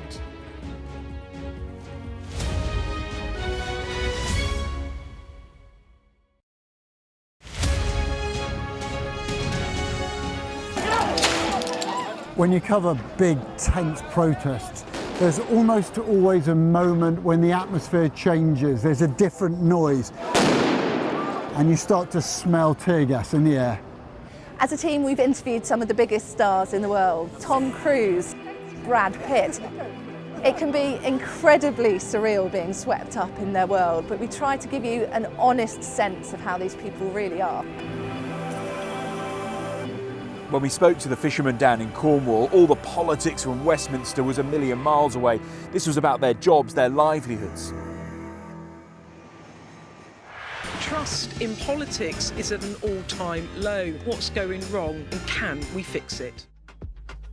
It's from Liz. She wants to know, why is there still no sign of the Labour Party electing a woman as leader? It's sort of embarrassing. You know, it takes a very strong man to be leader, but it takes an even stronger man to support a woman for leader. If you want to be mean to politicians, like, crack on. The activists that go out and make elections happen, I kind of feel like just don't be horrible to them. Be polite to them in the same way that they're polite to you. Keir Starmer has got us into government with a big majority. He was completely clear before the election that he wasn't going to be able to do the two-child benefit policy, but I wouldn't be surprised if it isn't an early thing that comes along. I went up to Gordon Brown and said, hello? No, yes, where is it? I said, found all these Tory candidates breaking land. Let me see it, let me see it. This is brilliant, brilliant. I'm Greg Milam, and I'm Sky's chief North of England correspondent.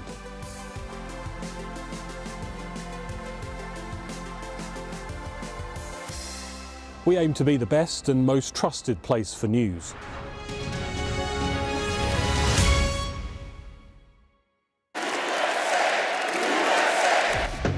I say, bring it on. With America divided and tensions running high, get ready for an election like no other. Join our teams as we follow the campaign trail as America decides. We will win, win, win. Get closer to the action this US election with full reaction and analysis. Sky News, the full story first.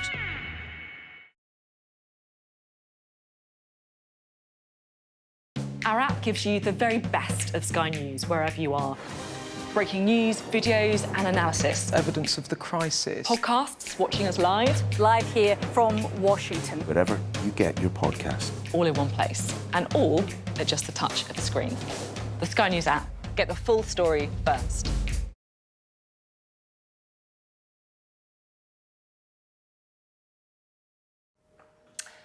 Hello again, everybody. Welcome back to The Breakfast Show here on Sky News. Headlines in a moment. But first, Mari's here to tell us about Emily Thornberry, including the fact that she won't let Angela Rayner be on the decks. I know, that was savage, wasn't it?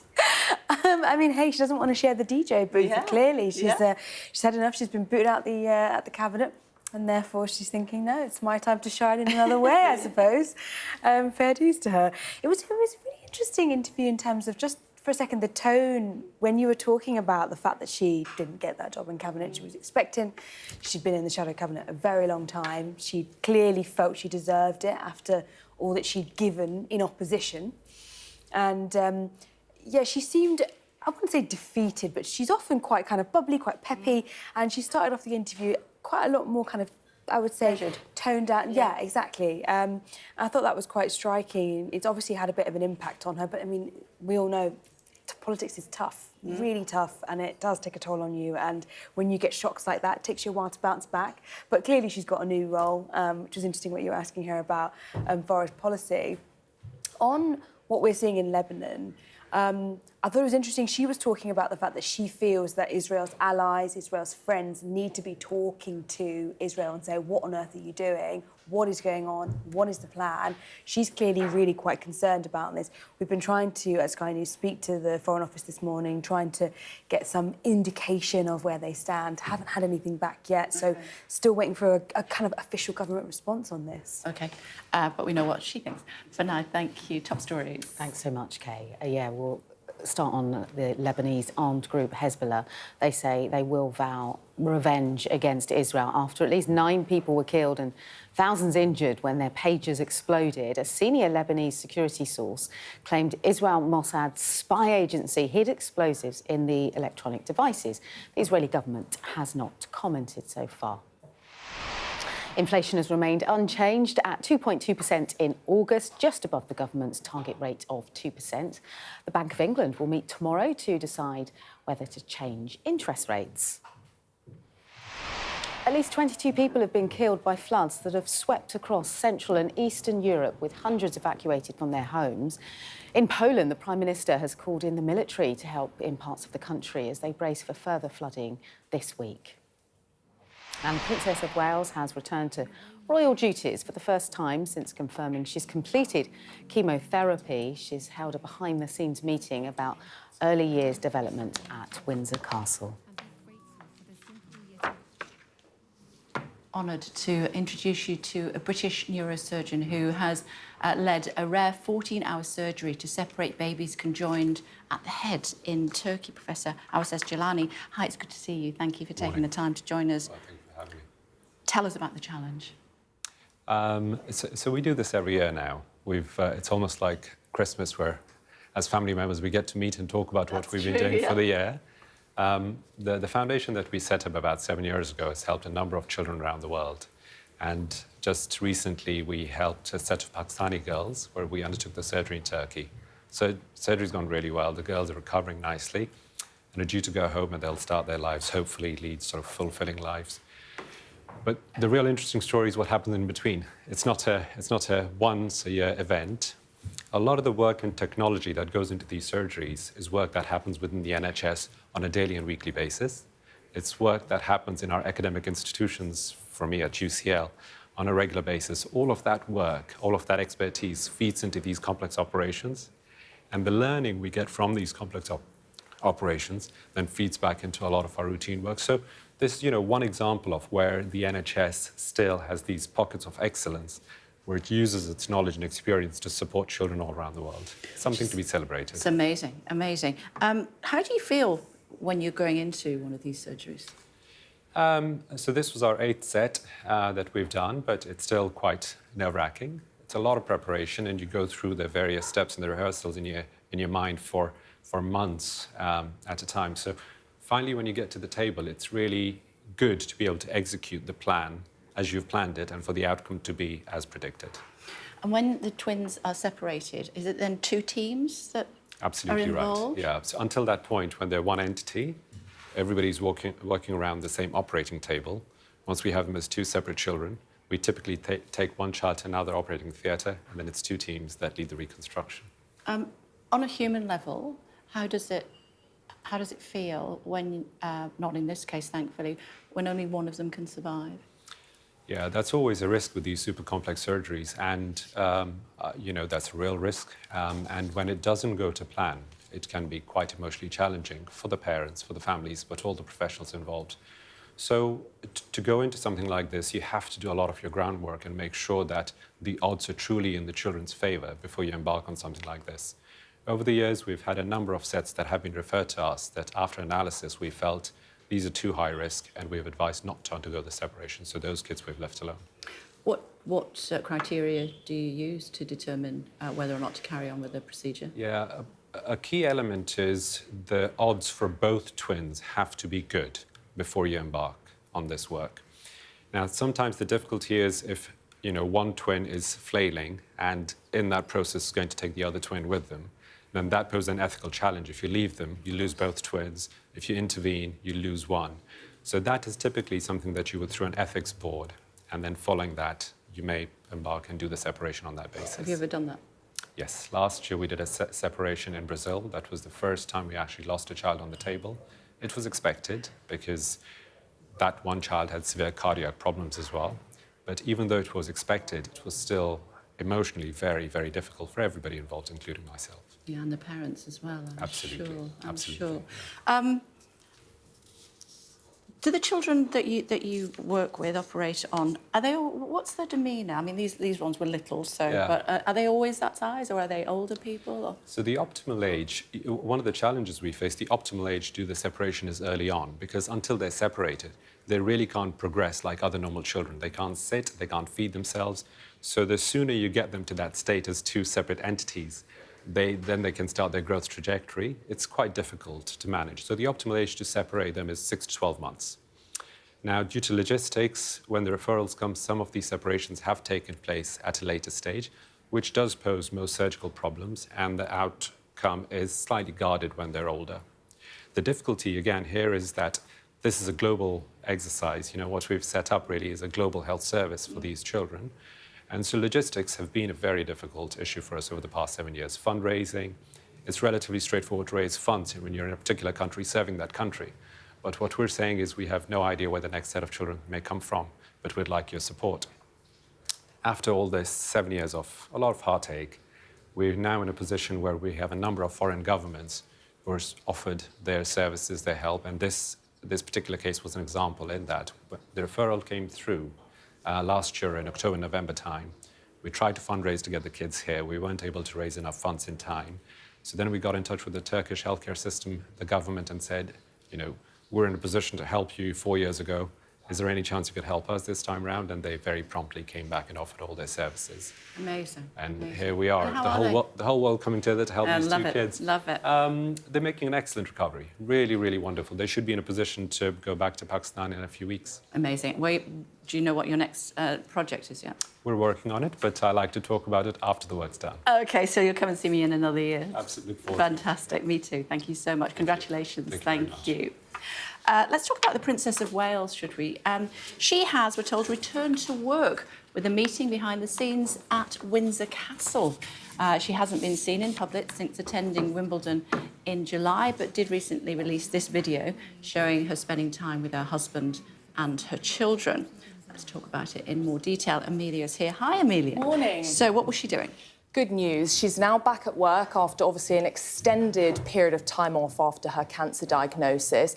And the reason that we know this is because of a report called the Court Circular, which is essentially a record of royal engagements for the previous day. And what she was discussing was early years development for children, almost much like your previous guest talking about early years development for children, which her aides have really described as her life's work. And in this, it said the Princess of Wales, joint patron, the Royal Foundation of the Prince and Princess of Wales, this afternoon held an early years meeting at Windsor Castle. And we understand that members of her royal household team, as well as representatives from the Royal Foundation Centre for Early Childhood were there. That is an organisation she set up to promote and discuss and research these issues around children's early development. And it was confirmed last week that she was going to return to work. She hasn't had any private meetings at Windsor Castle like this since December 2023. She is only really, for the foreseeable until the end of the year, going to be on light duties. The next time we expect to see her is at Remembrance Sunday celebrations in November at the Cenotaph. OK, lovely. Thank you, Amelia. Thank you. Now, 96,000 people are expected to descend on Wembley this Saturday to watch Anthony Joshua take on Daniel Dubois for the IBF World Heavyweight title. Jackie's here to tell us more about it. Hello. Yeah, I was on the I was going to say red carpet, but it was a lilac carpet last night for the grand arrivals of the fighters. There's a big card, as you said, at Wembley on Saturday, and it's topped off by Dubois, who has got the IBF world title. He was given it. He's never fought for it. Alexander Usyk had all of the belts. Couldn't defend this particular one, so it was given to the next in line. So it's Dubois, the young pretender, 26 years old, against Anthony Joshua, the big star, the guy who gets in all the crowds at Wembley, and an opportunity for him to become a third-time world champion, which not many people have done. Only 5 other men in history, including Muhammad Ali, have ever done that. So it would kind of put him right up there with the greats of world boxing, you know, in time. But, you know, he's up against this young guy who wants everything he's got, and he feels it's his moment. Bizarrely, even though there's an 8-year age gap, they've actually fought for the same amount of time. And in fact, Dubois has fought for longer because his father decided at a very young age he wanted his son to be a world champion. He never went to school. He homeschooled him, he was coached at home, then taken to a boxing gym, and that's all he has ever done. So he feels like this is his destiny moment or something like that. And, you know, he feels like now is the time to go out and grab it. This is what the 2 boxers said to me on the carpet last night. It'll probably mean how long until he does it for a 4th time. Achievements are just like roll onto one another. It's a natural order of my life to achieve things. I'm going to have to fight someone who wants it and is passionate. I'm going to thrive in that. He's going to thrive in that. The crowd. It's going to be an electric, atmosphere for sure. It's feeling it's all meant to be. I'm in the right place at the right time, and I need to just stay in my bubble, stay focused and just on the job. I need to legitimize it and, you know, win it and just show the world that I'm the man. So you can watch it, Sky Box Office. I think you can still get tickets for that fight at Wembley. 96,000 will be there. It's Anthony Joshua against Daniel Dubois, live on Sky Sports Box Office from 4 o'clock this Saturday. It's got a really busy undercard, so it starts very early. A quick thought on the Ukrainian boxer, isn't he? Yeah, Alexander Usyk. Yeah, Usyk, who is the champion of absolutely everybody at the moment, holds all the belts except for that one that he had to give away. Got detained at Krakow airport. It was quite serious. He was led away in handcuffs, and it was so serious. What do you do if you're the world champion and your country's biggest sportsman? You phone President Zelensky and go, help.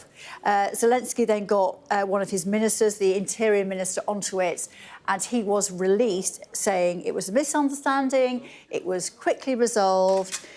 I asked his agent, Alexander Usyk's agent, this morning what happened. I put your theory to him. Yeah. No reply. There you He go. replied to one of my questions. There you go. He didn't reply to that one. Yeah. It's not my first rodeo. Thanks, Jackie. Thank you. Of course, it could be something completely different, but that's my best bet.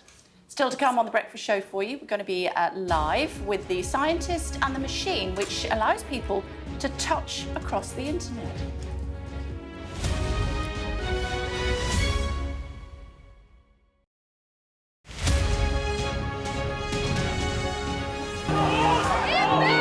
Mayhem in the Middle East, rippling in America's West. Get back! Get back! The resolve of these protesters is now being seriously tested.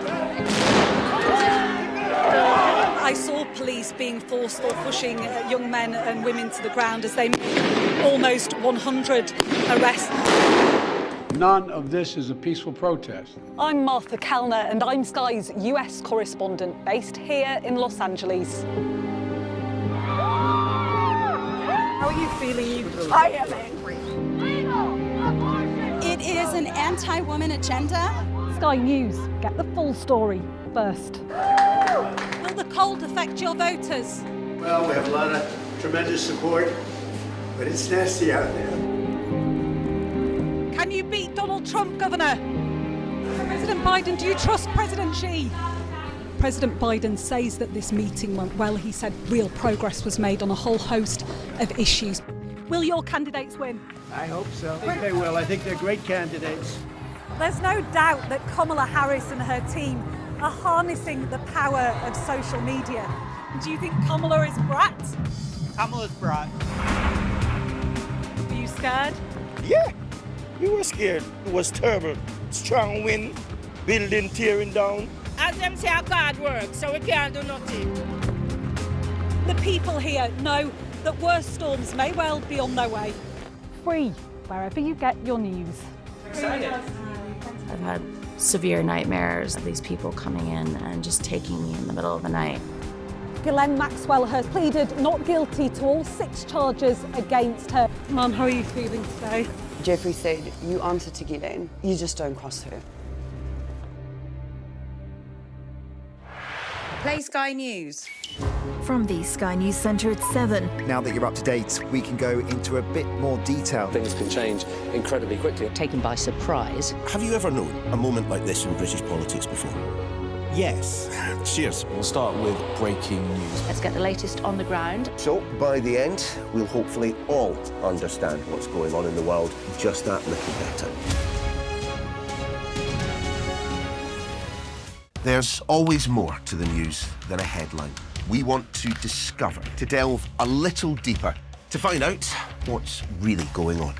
Explanation, analysis, the people at the heart of every story. I'm Neil Patterson, and this is the Sky News Daily Podcast. So, by the end, we'll hopefully all understand what's going on in the world just that little better. Available wherever you get your podcasts. Hello again, everybody. This setup here in the studio is about to showcase a device that can mimic human touch. I know. It simulates the real experience of touching objects with potential uses in surgery, nuclear decommissioning, and also social bonding. Joining us to talk about it in more detail is Sarah Abad-Guaman, bio-inspired roboticist from University College London, and we've got Wen Long over there as well, who's going to operate the machine. So what do I need to do? Good morning. Good morning. Well, let's start with the first experiment so we can explain you how the machine works. So for that, you will have to put your finger in there. So basically, the idea is to touch someone across the internet. Yeah, first we want to explain something about how we touch. Okay. So he will give you different type of stimulus. Oh, yep, I can feel all that. Okay. Okay. So he will give you another one. Okay. So what's he doing? He's providing, what is happening is this soft sleeve has several chambers, as you can see. Yes. And through these chambers, we are injecting air, pressurized air. Right. And there is a small membrane that balloons. And that balloons is the one poking your skin. Okay. And that is the one producing the stimulus. Okay. And something. So how can it be used? What's the point of it? The point of it is, first, let's start by explaining more about how the touch of sense works. Sure. So when you felt the stimulus, did you felt the same intensity? Was it different? I felt it on different parts of my finger. Yes, that's one of the things, because normally when we interact with soft objects, we normally use the whole fingers. Yes. This is one of the main characteristics of the system, because we want to simulate if we are really interacting with objects, so that's why we need the capability of stimulating across the whole finger. Okay. And the other one is that with this system, we can go with an stimulus above and below the sensitivity threshold of humans. And the reason why we need that, because for instance, for one of the applications that we have in here, we are looking into clinical applications in order to measure how much people has lost touch. Right. And that's why we provide several types of stimulus, and then we can record how that threshold is changing over time. Okay, okay. And so what's the best way, how might this be used in the future? Because it is stimulating for mechanoreceptors that we have in the skin, which are mainly associated with touch, it has a very wide range of applications. So, for instance, one you talk about is about social interaction. Nowadays, so you could hug someone across the internet? Well, it will give you the stimulus of the touch, meaning, like, for instance, you can feel the texture, the intensity of the stimulus, if it is a constant stimulus or if it is a vibration stimulus. So that missing part that we don't have nowadays. Okay, and how can it be used in medicine? In medicine, as I said, for instance, it can help clinicians in order to tune the treatment depending on how much the loss of touch has advanced. But also it can be used for minimal invasive surgery for teleoperating tasks. So now surgeons are away from the patient. So before they had direct access, so they could sense the type of tissue they were feeling. I understand. They were working with, so they can differentiate easier cancerous tissue from healthy tissue. But now they are away in a console. So with this system, we will put on the console this fingertip interface, and we want to bring back that sense of touch to the clinicians as well. Okay. How did you come up with the idea? Well, I am inspired of how nature works. So my idea was to simplify the training that people need to use these interfaces. I don't know if you have used, for instance, the phone. Those devices normally give you a very basic vibration. Yes. So you need to think what it means. Yes. But when you are touching this, you don't think what it is. And that's why I look into how the sense of touch works. And I found there are these 4 receptors that give you different type of information. So what is also important about this system is that it can stimulate these 4 receptors. Okay, okay. And that's why. So you're at this stage now. How long before potentially it could be used commercially? Depending on the area of application where we're looking into, for instance, now we're looking into clinical application for measuring loss of the sense of touch. So we are starting clinical trials with patients to measure in the next year. Across 1 year. So that one is closer, but the other applications, for instance, social interaction, we still need work to do in that. Okay, and how much will it cost? Oh, that's the first time that somebody asked me that, actually. I think what you should say to that question is, it's commercially sensitive. Yeah. I'm helping you out there. Thank you very much. It's good to see you. Thank you for explaining it to us and also for showing it's very clever. Thank you as well. Much appreciated. Quick look at the weather for you with Leah. Hi, Leah. Hi, Kay. Innovation in technology, it's fantastic, isn't it? Let's take a look at that weather for you then. And Kay's hopping back with us in a second. There'll be further spells of warm sunshine over the next couple of days, but fog and low cloud will also become features of the weather. Well, this morning, mist and fog over northern parts of the country will clear to sunny skies. The cloud across England and Wales will be slower to clear, thinning and breaking over time. Winds will be light for most of the south, and the southeast will be quite breezy. And by the middle of the day, there'll be long spells of sunshine for much of the country. Well, that was funky, wasn't it? So touch through the internet. Yes, all tomorrow's world on the breakfast show this morning. Very exciting. Yeah, if you didn't know who Adam Ant was, you're definitely not going to know who Raymond Baxter was. Oh, was that another superhero? He was actually. He was the presenter of Tomorrow's World. And Tomorrow's World was a really funky show when I was young. Oh. Yeah. What kind of show? Like techie innovation? Yeah, like stuff like that. Right, okay. Very clever. She almost told me how much it was costing. It's like, She did, didn't she? Also, we're going to be talking in the next hour about a birth of a critically endangered antelope at Chester Zoo. Do you want to have a sneak picture of him? Yeah. Here he is. There he is. Do you know what he is? No idea. Oh, well, I'll tell you in just a few moments' time here on Sky.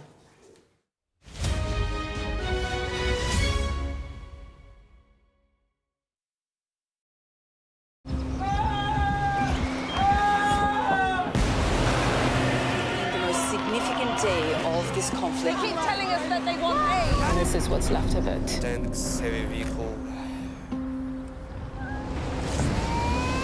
Why only in America? People want their country to work. You want a job in a normal life? Why are these homes empty? I want you to be honest with people.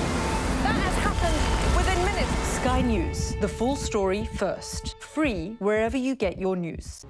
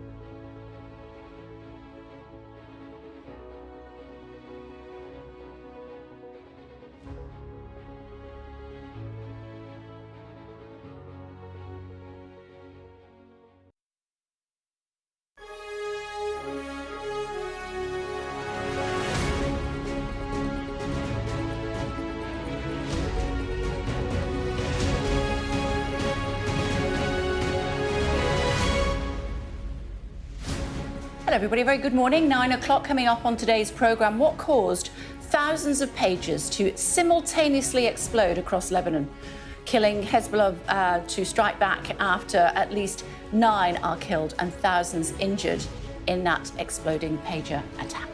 We have a special report from Hull on the simmering anger after the summer riots.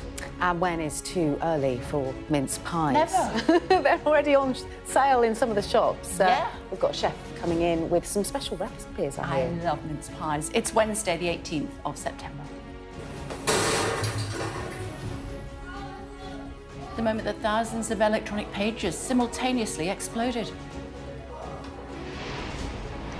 Israel has been blamed for the attack. There's been no official word from the government here, but Hezbollah has vowed retaliation. We hear from the people of Hull about the outrage and anger that led them to riot. Because I know a lot of people are on the streets and stuff, you know, and it's not right. They're not getting the help they deserve, but they just come here illegally and get everything they want. Inflation holds steady at 2.2% in August. All eyes turn to what the Bank of England will do on interest rates tomorrow. Plus, the Princess of Wales back at work for the first time since announcing that she's finished chemotherapy. And say hello to a baby mountain bongo. One of the world's rarest mammals is born at Chester Zoo.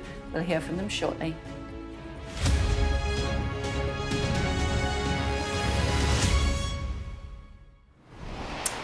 Good morning. Hezbollah has accused Israel of planting explosives in thousands of pages that killed 9 people when they were simultaneously detonated. Let's get more, should we? Alistair standing by for us in Jerusalem. Was it Israel that did it?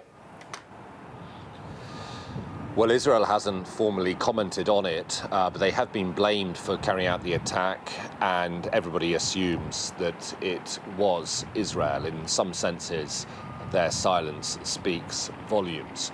It was mid-afternoon yesterday in Beirut when the attack happened. Hundreds of pages suddenly exploding within minutes of each other. The Mossad, Israel's external intelligence agency, has a long history. It's famed for carrying out innovative attacks against its enemies around the world. But even by their standards, this was particularly audacious. Watch the bottom left corner of the CCTV. In the fruit and veg section of a Lebanese supermarket in southern Beirut, a pager explodes. Over the next half hour, across Beirut, Lebanon, and even parts of Syria, more pagers exploded in a coordinated attack on Hezbollah. Hospitals were put on high alert, and there were calls for blood donations.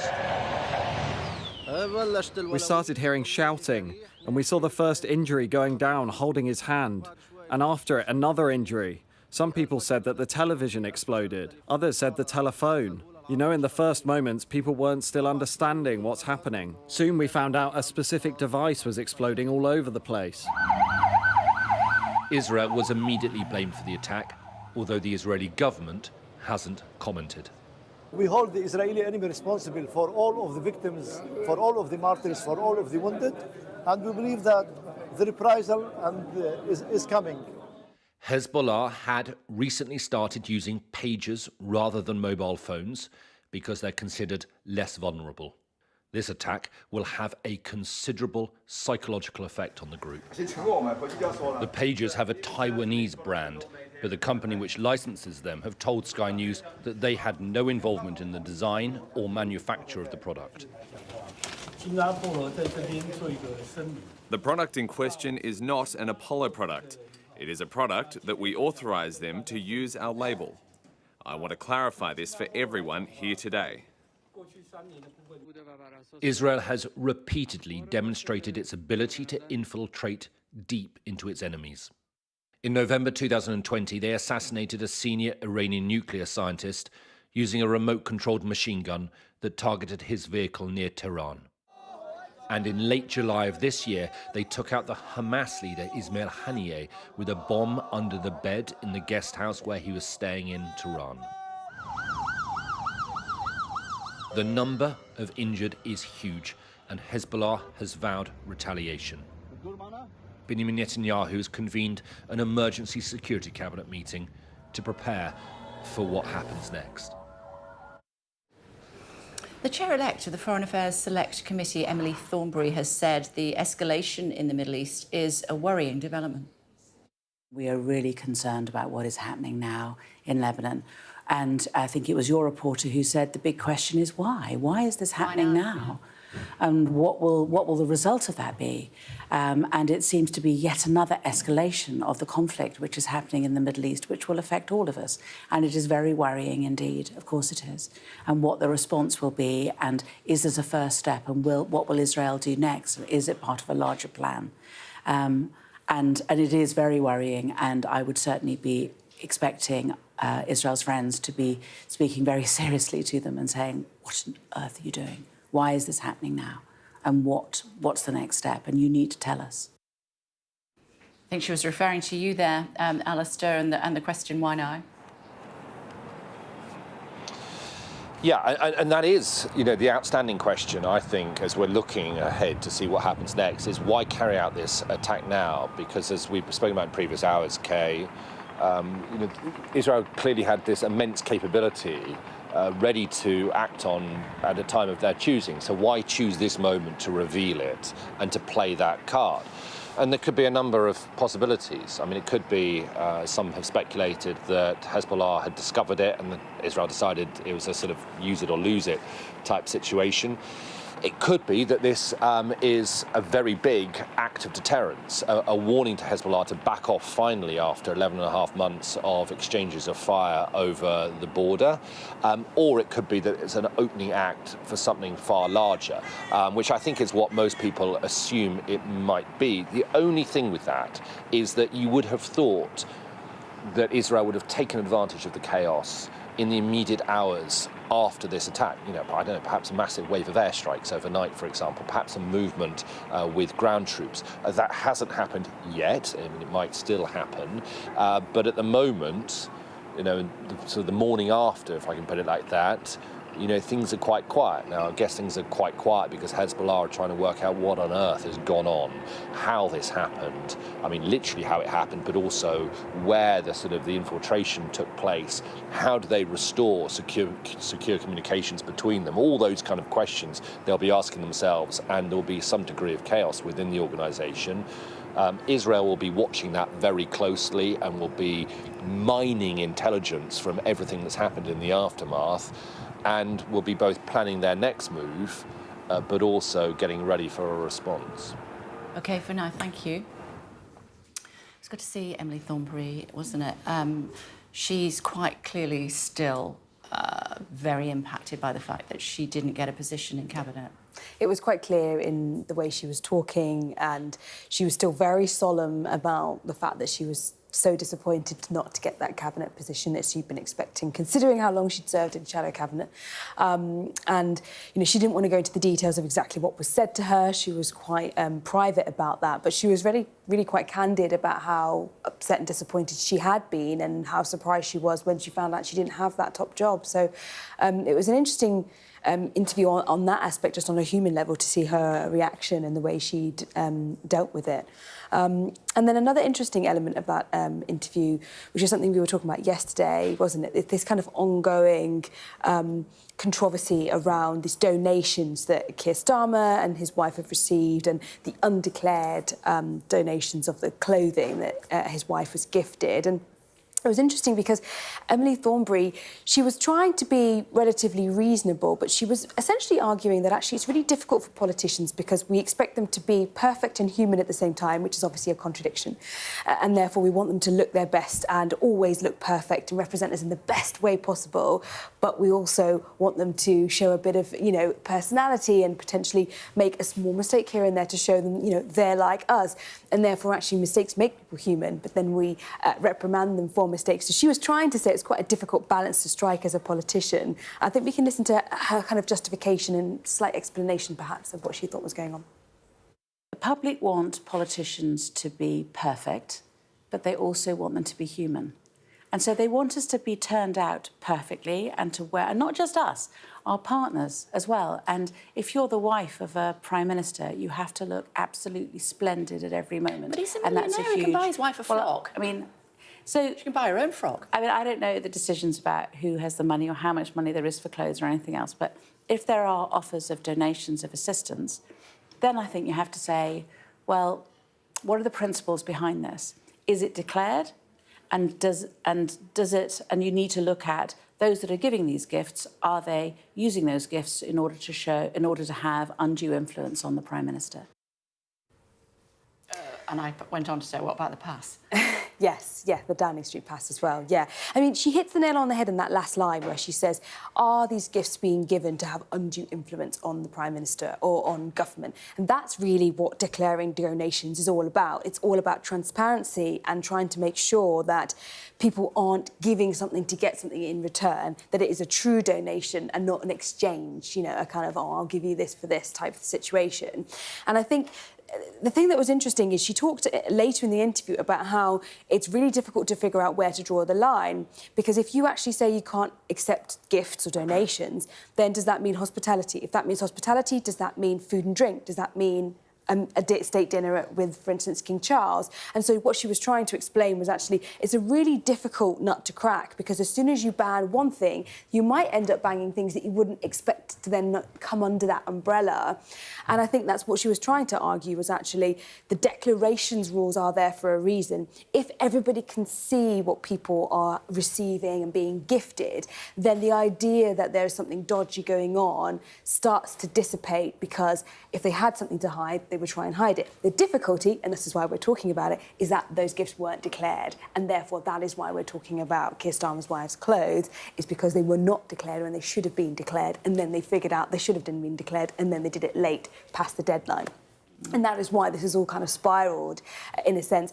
And, you know, it's a lesson for the Starmers to make sure that they must always declare everything, even, you know, a paperclip, it has to be declared in politics. Yeah, I think, you know, the optics are not good, even when they do declare everything. £100,000 worth of freebies for the Prime Minister when he held the then government to account, particularly Boris Johnson criticising him, but, you know, getting hospitality tickets to Coldplay and the like, and they're taking 300 quid off pensioners. Come on. Anyway, that's just my view. Let us know your thoughts.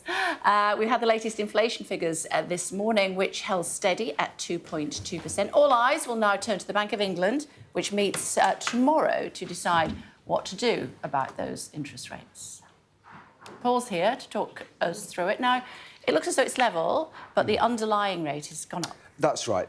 Inflation, CPI inflation, 2.2% in the year to August, as it was in July. But you're quite right, underlying core inflation. So that removes the volatile elements from the calculation. So fuel prices, alcohol and food, which, as we know, are affected by commodities markets can go up and down. Once you take that out, and those have been falling, fuel prices going down, food inflation has reduced, you're left with, this is the main CPI number. We can see the chart here. That green dotted line is the Bank of England's target. It hit that 2% back in June. It's drifted back up. The bank actually thinks it'll go up to about 2.7%, but core inflation, the underlying figure is 3.6%, and that went up, and it's been driven up by services inflation. So that's 80% of the British economy. That's everything from coffee shops to universities to professional services in the City of London, and a lot of that's driven by wages having increased to keep up with prices when inflation was sky high.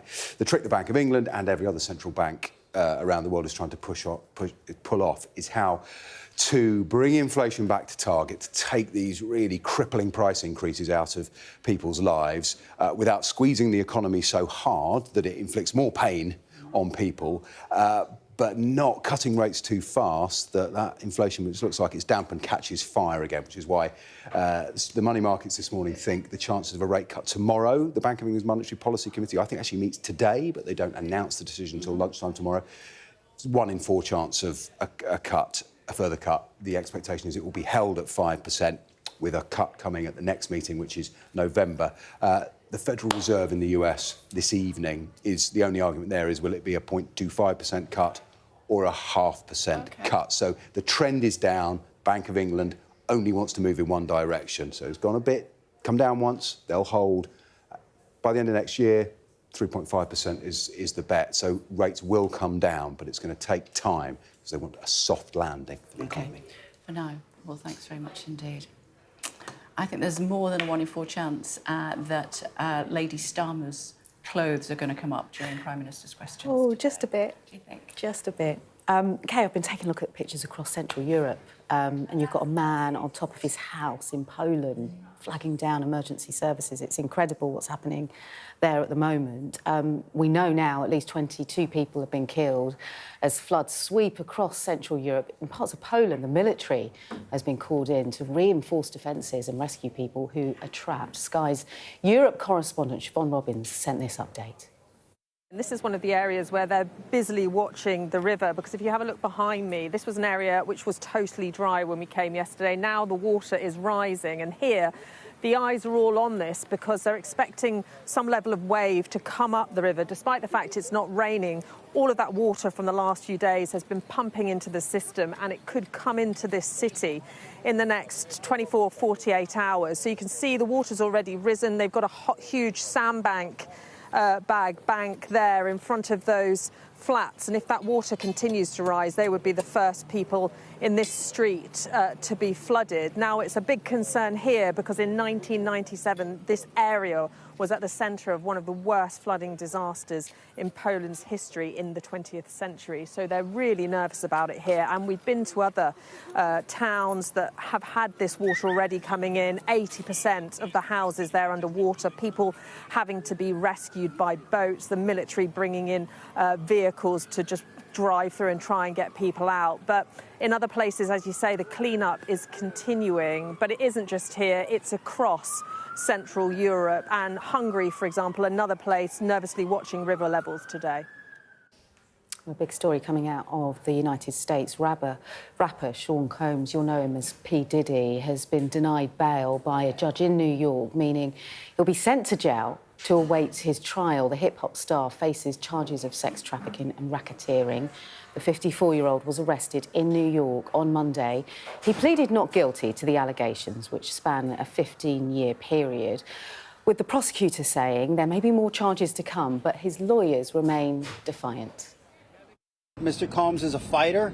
He's going to fight this to the end. He's innocent. He came to New York to establish his innocence. He's not afraid. He's not afraid of the charges. We're going to fight this case with everything we have, as is he, and eventually he's going to be shown to be innocent. Ukrainian boxer Alexander Usyk has been released after he was detained at Krakow Airport in Poland. A video showed the world heavyweight champion being led away by law enforcement officers. Usyk released a statement insisting it was a misunderstanding and thanked Ukrainian politicians for resolving the issue. And just a bit of bad news, I'm afraid, for chocolate lovers. The price of chocolate has soared by 11% in the last year. Bad weather in West Africa are thought to be behind the record high prices. Tom's here with us. A special report from Hull about the outrage, I should say, and the anger that led to the summer riots. Yeah, we spent quite a lot of time in Hull over the last week, and we know, of course, that the police and the courts have come down really hard on those who are involved in the disorder. The police there have said that there's no justification for what happened. The government have said that there's no way this was protest, this was far-right thuggery. But we've spoken to a lot of people who disagree with the authorities. There was anger, racism and chaos. What happened on the 3rd of August in Hull horrified people in this city as much as anywhere else. Rioters hunting down people who didn't look like them. We were there, watching it all. What did you make of it when you were watching it? Deserved. Get rid of them. I just think it's wrong. Because I know a lot of people are on the streets and stuff, you know, and it's not right. They're not getting the help they deserve, but they just come here illegally and get everything they want. Oscar and James say they were there documenting what was happening in their city, but did not get involved. But you kind of look at me like, you know, I've got a problem with immigrants. I don't have a problem with immigrants. I have a problem with the system. But quite a few people on that in that moment really did. And it was direct, and people of colour were being attacked and chased. Yes. And that's overt racism. Yeah, and I get it, yeah. I believe they just wanted to, to kick back at the people that are in there. I don't think everybody thinks like me and goes, God bless them, they've got a problem too. Because they have got problems. Yeah. They've been through hell. The Prime Minister described it as far-right thuggery. But we've spoken to many people here who say there was far more at play. Along the Anlaby Road, we met Danny and Lisa. Good afternoon, Adept. They're busy, juggling vulnerable people and not enough decent housing. It's just chaos, in it, to be fair. But it is down to the government to sort it. There's only them who can. And the only way, in my eyes, they'll do it is that they give them equal opportunities. If they're going to allow them, then so be it.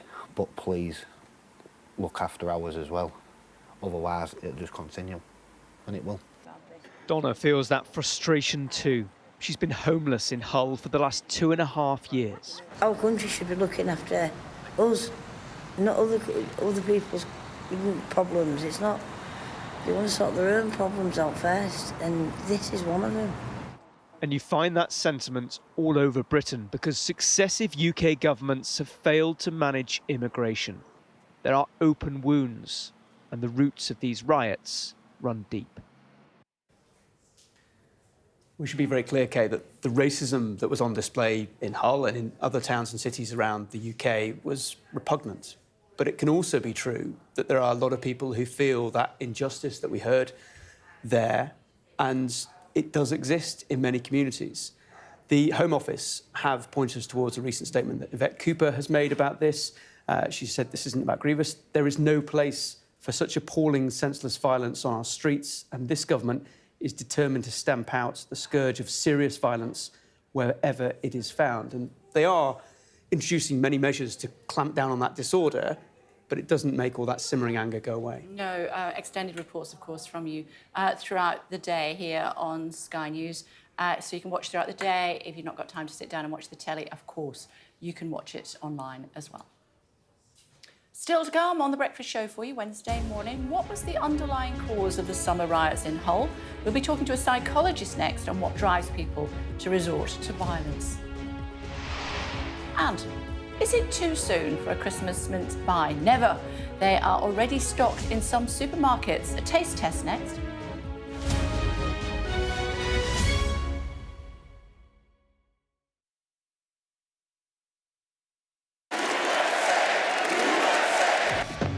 I say, bring it on. With America divided and tensions running high, get ready for an election like no other.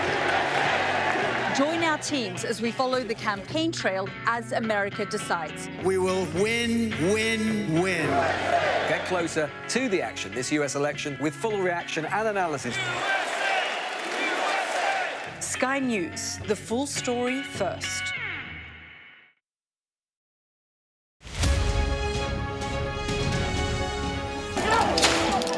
When you cover big, tense protests, there's almost always a moment when the atmosphere changes. There's a different noise, and you start to smell tear gas in the air. As a team, we've interviewed some of the biggest stars in the world. Tom Cruise, Brad Pitt. It can be incredibly surreal being swept up in their world, but we try to give you an honest sense of how these people really are. When we spoke to the fishermen down in Cornwall, all the politics from Westminster was a million miles away. This was about their jobs, their livelihoods. Trust in politics is at an all-time low. What's going wrong and can we fix it? It's from Liz. She wants to know, why is there still no sign of the Labour Party electing a woman as leader? It's sort of embarrassing. You know, it takes a very strong man to be leader, but it takes an even stronger man to support a woman for leader. If you want to be mean to politicians, like, crack on. The activists that go out and make elections happen, I kind of feel like just don't, Don't be horrible to them. Be polite to them in the same way that they're polite to you. Keir Starmer has got us into government with a big majority. He was completely clear before the election that he wasn't going to be able to do the two-child benefit policy, but I wouldn't be surprised if it isn't an early thing that comes along. I went up to Gordon Brown and said, hello? No, yes, where is it? I said, found all these Tory candidates breaking land. Let me see it, let me see it. This is brilliant, brilliant. I'm Greg Milam, and I'm Sky's chief North of England correspondent.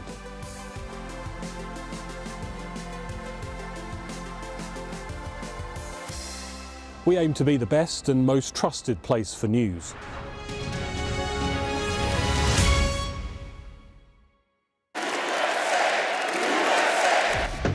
I say, bring it on. With America divided and tensions running high, get ready for an election like no other. Join our teams as we follow the campaign trail as America decides. We will win, win, win. Get closer to the action this US election with full reaction and analysis. Sky News, the full story first.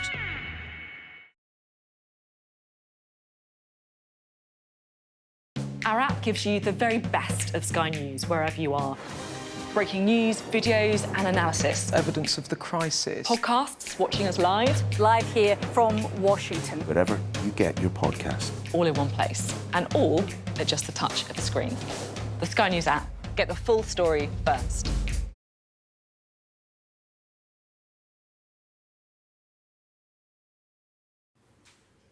Elliot's with us again. It's great to see you, as always, from the 45 Park Lane, of course, to talk about mince pies. Yes. Because they're already on sale in supermarkets. Is it too early? No, they should be on sale now, let's be honest. It's nearly Christmas. I'm so excited. We're all excited. I'm excited. Making mince pies is easy. Do you know what? It is quite straightforward. So here we've got two very simple recipes with different flavours, which we can go into in a moment. Classic short crust pastry, mince meat, which you can buy in the supermarket. I wouldn't make that myself. Better if you make your own, though. You can make some tweaks. There's some secret little tips I'll give you in a moment. OK. But yeah. I make my own, I'm just saying. You make your own, yeah? We make our own here today. I'll be honest with you, at home I do sometimes buy them from the supermarket. Yeah. And then what you do, put them in the oven, take them out, smash it up, vanilla ice cream. Oh my goodness, you have to try it. It is the best thing ever. Yeah.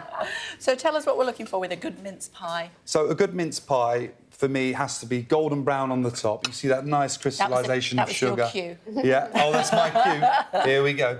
One each. Lovely. There you go, my darling. You need to do what, sorry? So, golden brown on top. Yeah. What we do in the restaurant at 45 Park Lane, we'll make them, and then we'll sprinkle the caster sugar on top, and then we'll bake them in the oven, but from frozen. Oh. Now, from frozen, they'll slowly cook. You can see around 20 minutes at 180 degrees, golden brown, super crispy, and you just get that. I just find you get a much better colour when you cook them from frozen. So that is a key tip I would give for the perfect mince pie. Why have we got cheese? So cheese, this one is one of my favourites. So we've got some Lancashire here with cranberries and ginger. That's not so much for me, but if you would like to try it. But we put a little bit of Stilton on top. Would you like to try one? I haven't had one yet. Oh, so just a little bit of Stilton on top. Lovely. Like so. On top of the sweet mince Absolutely. And this, would you like one as well? Yeah, go on then, thank you. You can have that on top. Wow. There you go, you've got a nice big piece there. Look. I mean, I think I'll just do this, really. Yeah, just take the whole lot. Take the whole lot. You lot can have the rest. But, so Stilton, and what I like about it, you know, you can have family and friends around. Oh, look, it's crumbling everywhere. Lovely. Oh, sorry. Crumbling's there good. You go. Look at that. And it's just a nice way to eat a mince pie, I think. Instead, you know, you can have it savoury or sweet, glass of port. Slightly tangy with the cheese. There you go. Oh, thank you. What do you think? Just a slice of Christmas, isn't it? Yeah. Oh, it smells like Christmas now, mince pies. And do you know what? Another thing, when you're making them at home, so you can buy the shop bought mincemeat, which is fine. I like to put chocolate and orange. And this really takes it to the next level. So these ones here are the chocolate and orange. I don't know if you've got that sort of orange flavour. And what you do, so you shave the orange, a little bit of orange juice, warm that up, reduce the orange juice down, and then take it off the heat, put it into the fridge, and you just grate dark chocolate through the mix, and that takes it to the next level. It's so good. Oh, can you come to ours this Christmas? Absolutely. You can put your orders in now, let me know how many you want, and it's going to be sorted out. And are these both the same? No, so this is the classic.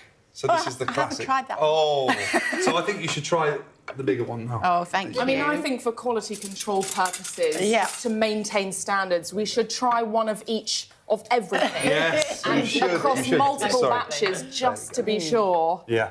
Ooh, and how do you make your Christmas puddings in a similar way? Or? Christmas puddings are already made, and we just keep pouring the alcohol onto it, and they soak. It's unbelievable how much alcohol a Christmas pudding can take in.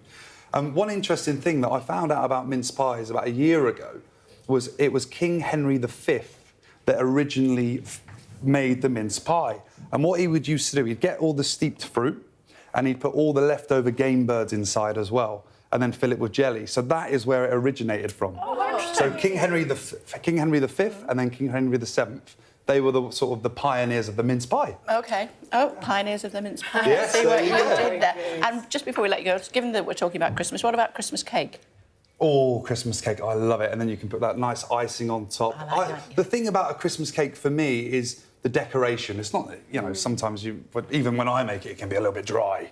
But I don't believe that. It's fine, wow, sometimes. I don't think that's a lie. Oh, you can taste. But I like the sort of the art and the decoration. Again, family, you know, and love. And you can put all those decorations on top, and you're sort of looking at it and you don't want to cut it because it's so beautiful, you know? That's the great thing about a Christmas cake. That's custard. And a little bit of double cream. Yeah. Delicious. Clotted cream as well. That goes really well. Yes, get it on. Fantastic. Lovely. Thanks for showing us that. Talking about it because Christmas mince pies are already on sale in the shops. Can you believe it? Look, I'm going double-handed now. Still to come on The Breakfast Show for you.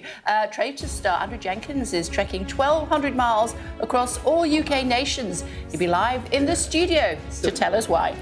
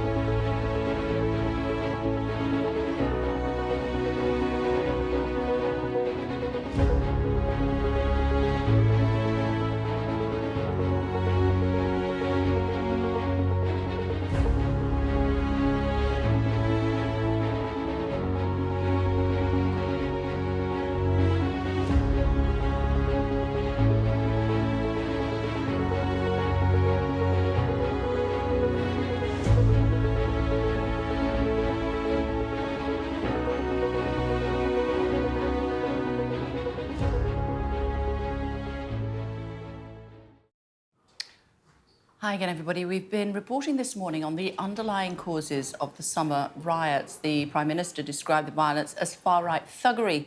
Our national correspondent Tom Parmenter spoke to some people who say their frustrations were as much about deprivation as immigration. Deserved. Get rid of them. I just think it's wrong.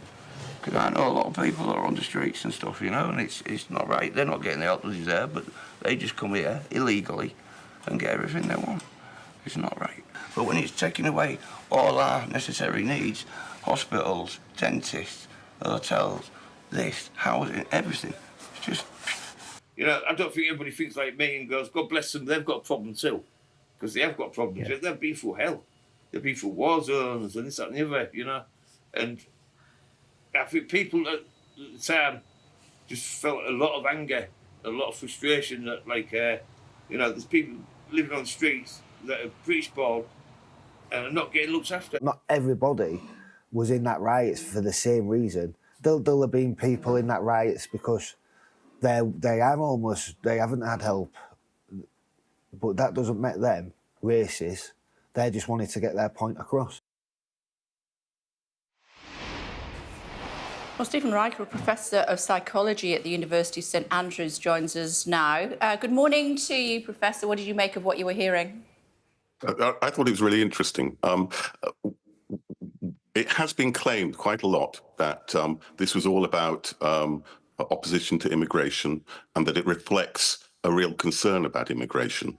But when you look at the broader figures about our attitudes to immigration in this country, actually the consistent story is that we are becoming more positive. So nowadays, many more people are pro rather than anti-immigration. Many more people think it makes the UK a better place. They think it makes us richer culturally. They think it's good for us economically. The interesting thing, though, is although most people believe, have those positive views, they think that other people are anti-immigration. And so they don't speak up, they don't make their voice heard. And one of the problems about the riots is that one of the reasons why the far right foment them is to try and create a sense of crisis over immigration, to try and get politicians to act around immigration. Whereas actually, if you look at the phenomenon as a whole, one of the interesting things is that far more people were involved in anti-riot activity, in turning out to protect mosques, to protect the local ethnic minorities, to clean up after the riots. Many, many more people did that. So in some sense, you might argue that when you look at the phenomenon in the round, actually, it tells us a fairly positive story. Clearly, there is a toxic element, and the far right is trying to weaponize the sense of frustration that people have and blame it on immigrants. There's no doubt about that. But again, when we look at why people actually took part, before we come up with conclusions, we need a much more accurate picture of exactly who took part, why they took part, what they did.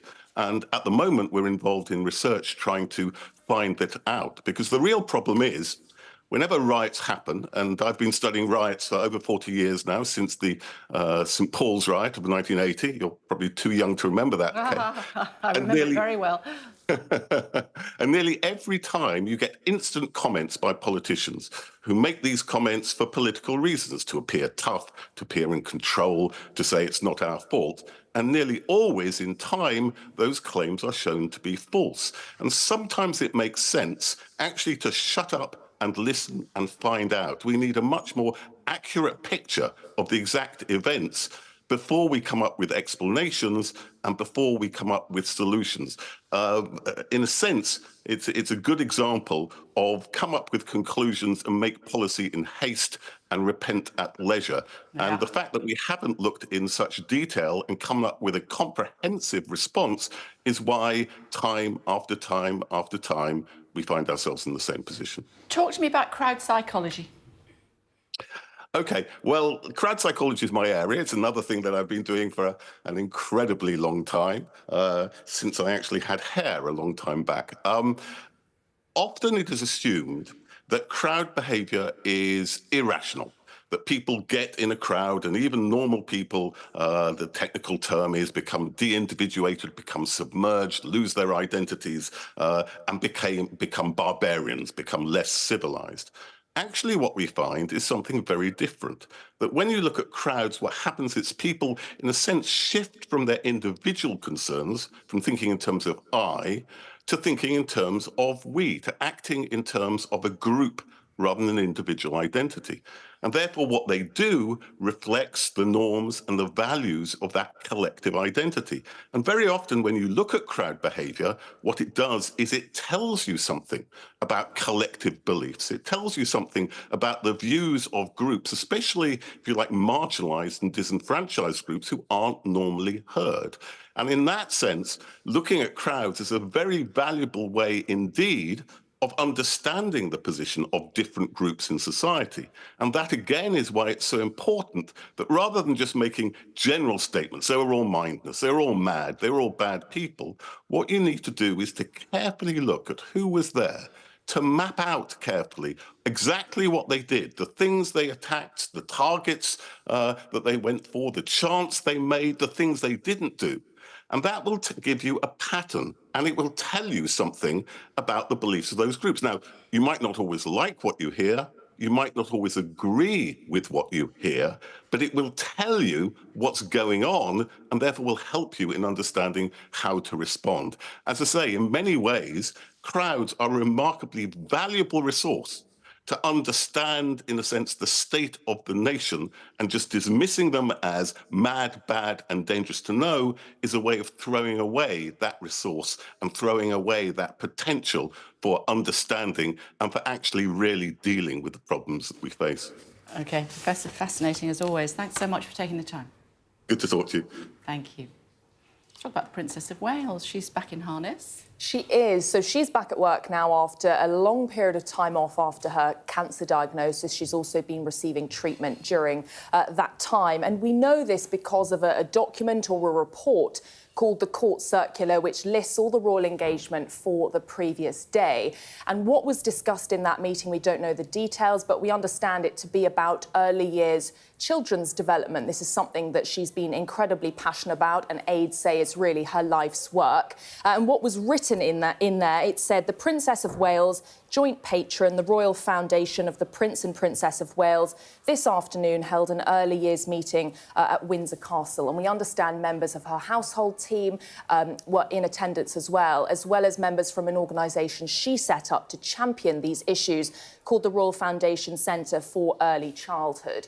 And last week it was confirmed she'd returned to work, although on a much, much reduced schedule. She hasn't had any private meetings like this in Windsor Castle since December 2023. She will be on light duties till the end of the year, but we do expect to see her back in public, really, for November Remembrance Sunday celebration. So good news to see her back in action, but very much reduced and not the level she'd normally be doing. OK, for now, thanks very much. Thank you. Still to come on The Breakfast Show for you here on Sky News, the birth of the critically endangered mountain bongo at Chester Zoo. We'll go and see one.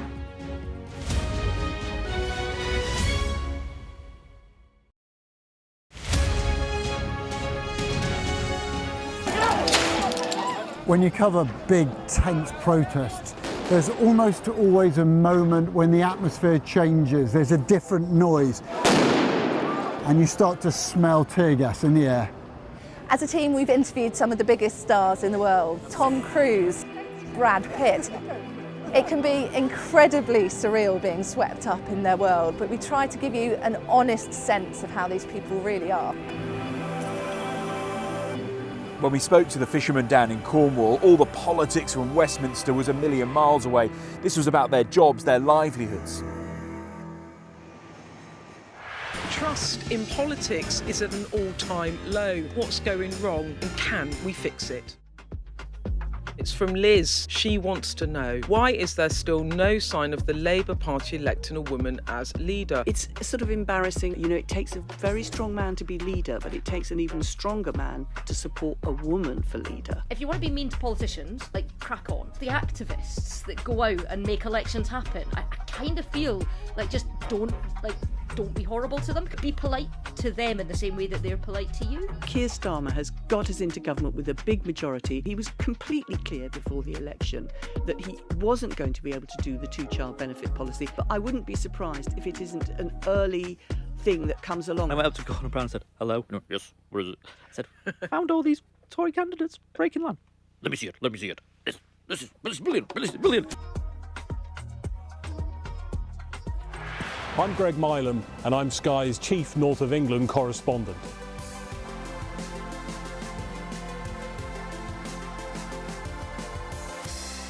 We aim to be the best and most trusted place for news.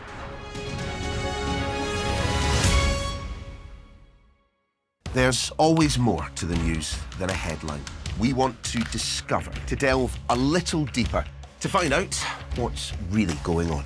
Explanation, analysis, the people at the heart of every story. I'm Neil Patterson, and this is the Sky News Daily Podcast. So, by the end, we'll hopefully all understand what's going on in the world just that little better. Available wherever you get your podcasts. Emirates premium economy. Maybe one day all airlines will have seats like this.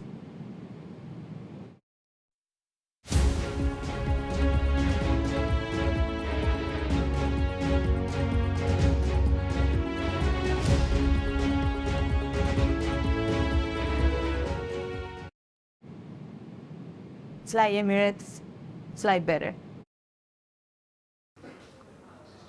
Hello again, everybody. Welcome back to The Breakfast Show here on Sky News. We've got a traitor star and a mountain bongo coming up. I know.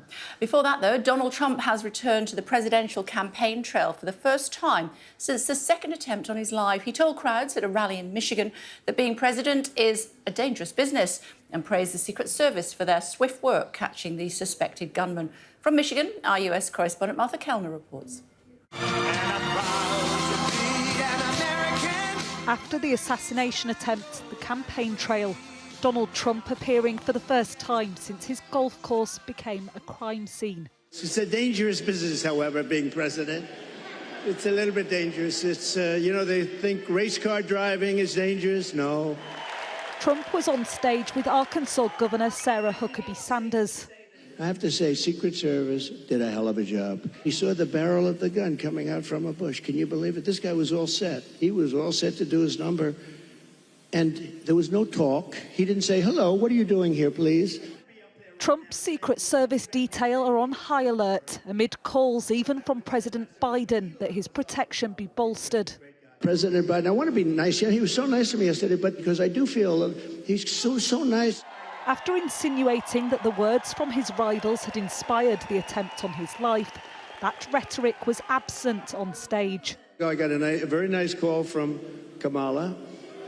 No, it was very nice. It was very nice. But there was some familiar fear-mongering. If a tragedy happens and we don't win, there will be zero car jobs, manufacturing jobs. It will all be out of here.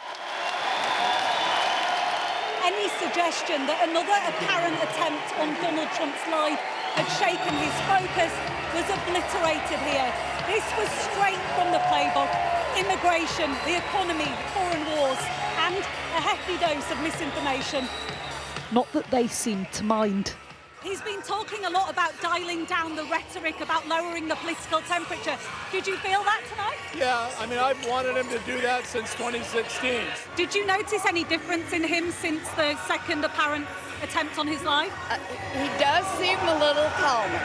Everybody should be safe. I don't wish any harm on Kamala Harris or Biden. I don't wish any harm on them at all.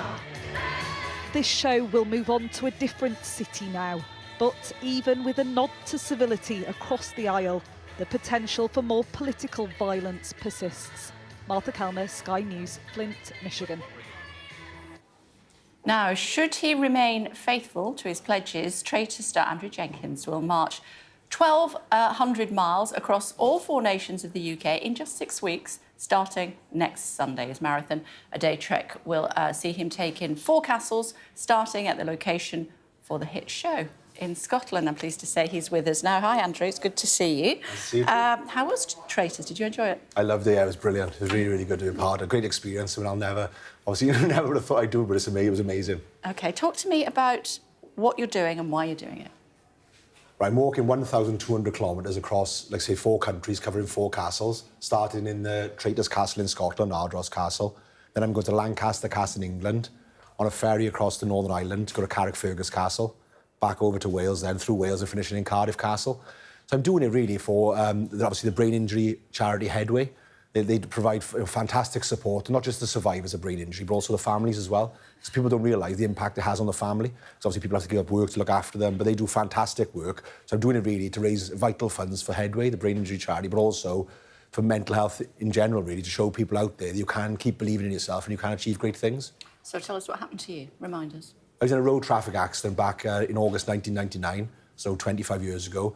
So they thought I was died on the side of the road. And then I was in a coma for a number of weeks then, in intensive care. And my family were told on a few occasions that I may have severe brain damage because they seen shadows on my brain from the scans they did on me. If I prepare for the worst, if I wake up, I'm not going to be able to recognise anyone, walk, talk, use my arms and legs again. So I woke up, I remembered who people were, but they told me I'd never walk again. So I learned to walk. It took me about 2 weeks to learn to walk again. So yeah, so the injuries I had were terrible, the physical injuries were terrible. So yeah, so not being able to walk 25 years ago to now walking 1,200 kilometres is a huge challenge. Mm. And mentally, it was a big challenge. Oh, it was a huge, mental challenge. I got up every day, put a mask on, go after work every day, but, behind closed doors, I hated what I saw in the mirror, couldn't accept my scars, I couldn't accept what happened to me for a long, long time, really, and it was a big struggle for many, many years. Mm. And how have you overcome that, or do you still have challenges?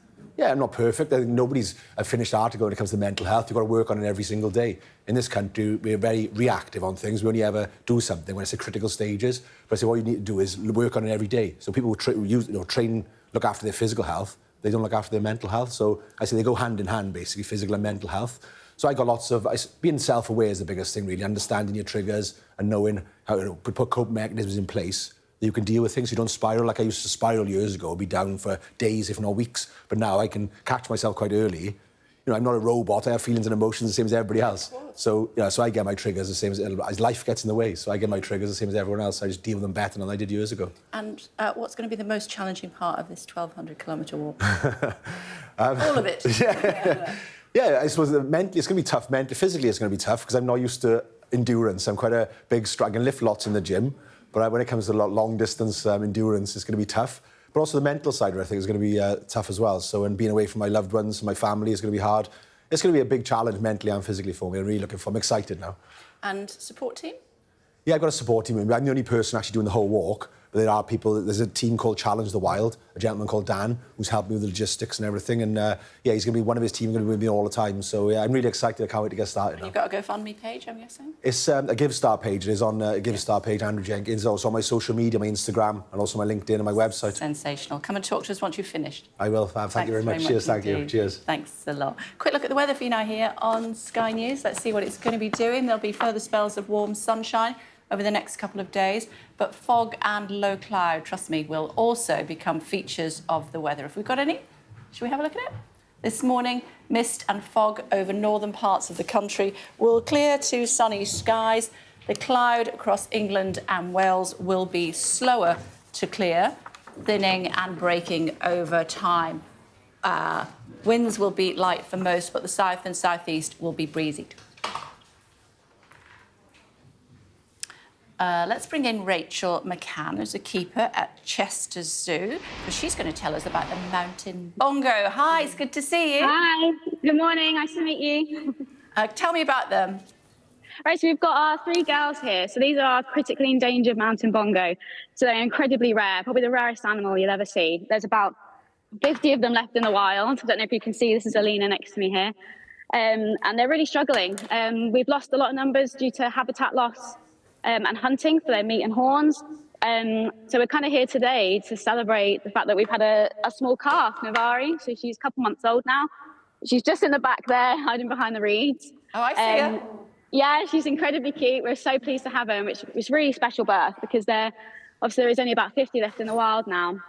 And we're here to promote sort of our work with the guys out in Kenya. So the Mountain Wildlife Conservancy we've got our team that are helping us and we're helping them on the ground.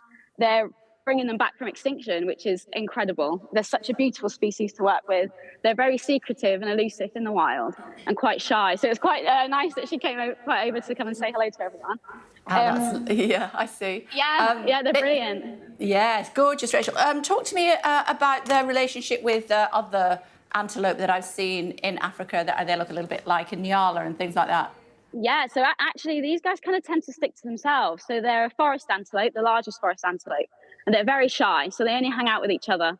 They're known to be quite gentle, and their big ears are for, well, they've got amazing hearing. So any predators or anyone, they'll hear you before they see you, and they tend to stick to themselves. But what's great about them is they're very gentle, but when they've got young with them, they're fiercely protective. These guys can fight off leopard and hyena, so they're not to be messed with, but they're absolutely beautiful to look at. Okay, good to see. Thanks for sharing that with us. Much appreciated. No worries. Thank you. Take care. Bye. Thank you. Bye.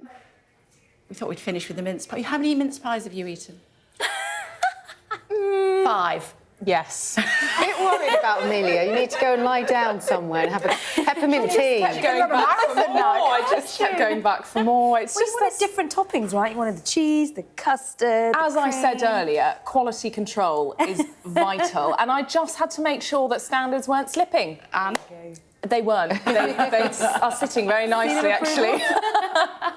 And the reason we're talking about it is because mince pies are already on sale in the shops. They are. Elliot Grover made these for us. It feels crazy, but Christmases are coming. And I actually saw a Christmas advert in the newspaper on the 2nd of September. I'm ready for it. So actually, they're playing catch-up. Bring it. Bring it, I said. I had a Christmas tree put up near me, and I thought, ooh, wow. Ooh, I wasn't sure.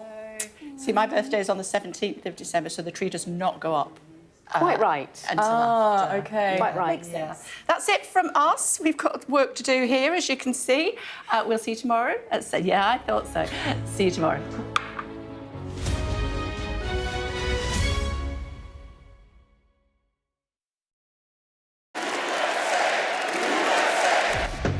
I say, bring it on. With America divided and tensions running high, get ready for an election like no other.